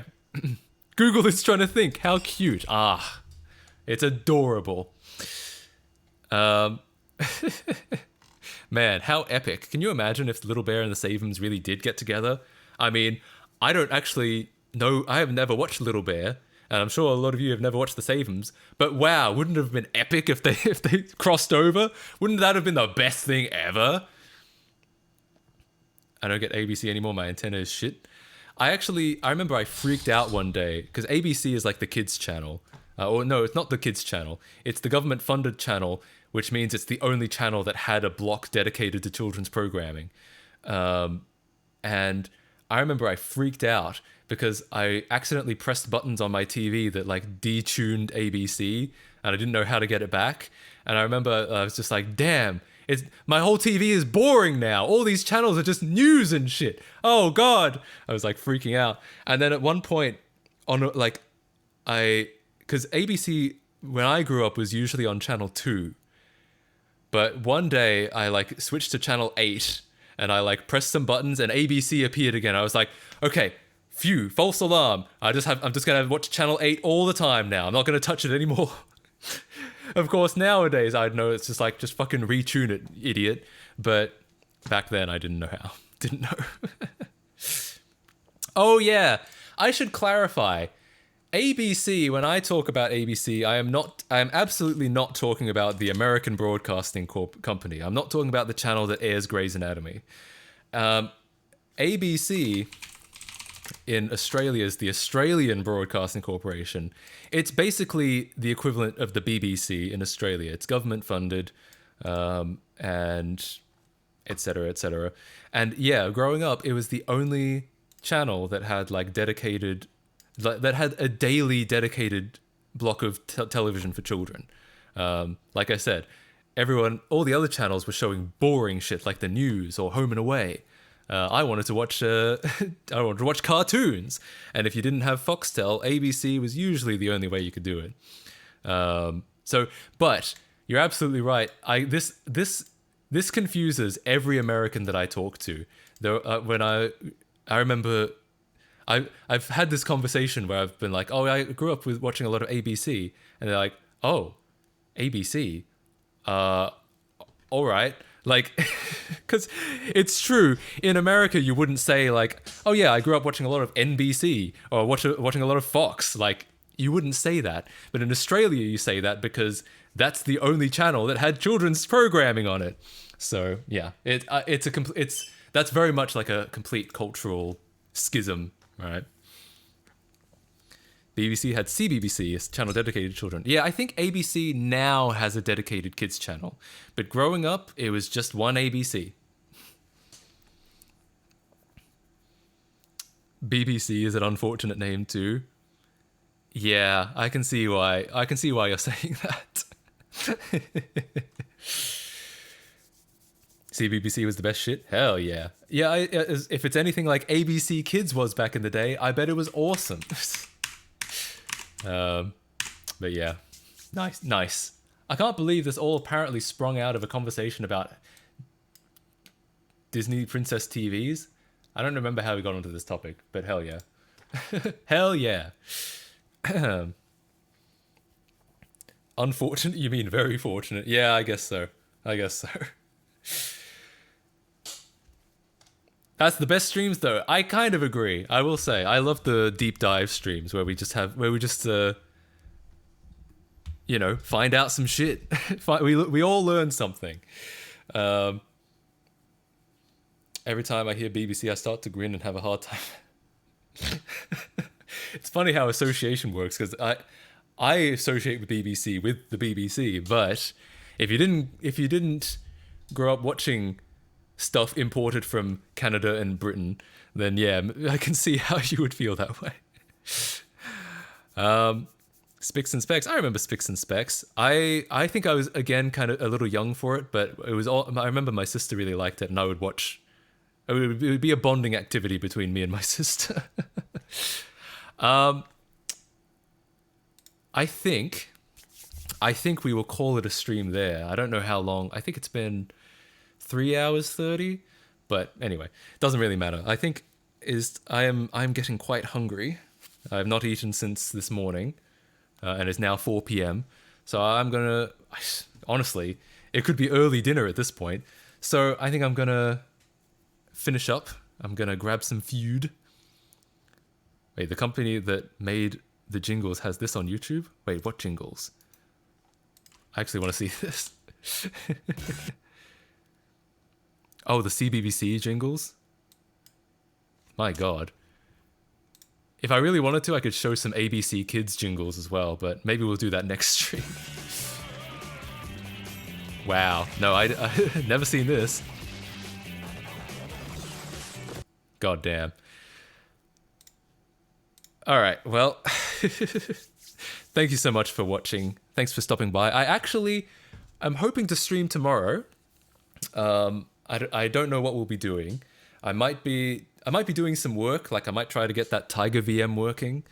I might be doing some, we might just be playing some games. I might play some crappy Wii shovelware, or maybe we'll play CTGP. Something tomorrow, I think. GeoGuessr tomorrow? Yeah, maybe. I'll see how I feel tomorrow, but I'll definitely be on. So thank you all for joining. Thanks for hanging out, and I'll see you guys next time. Showing us ABC jingles. Exactly, that's what I'll be doing. All right, great. The whole stream will just be showing ABC jingles. Perfect. All right. See you guys next time. I'm gonna grab some food, and enjoy the rest of your day. If you're grabbing food, enjoy your food, etc., etc. Okay. See you guys next time.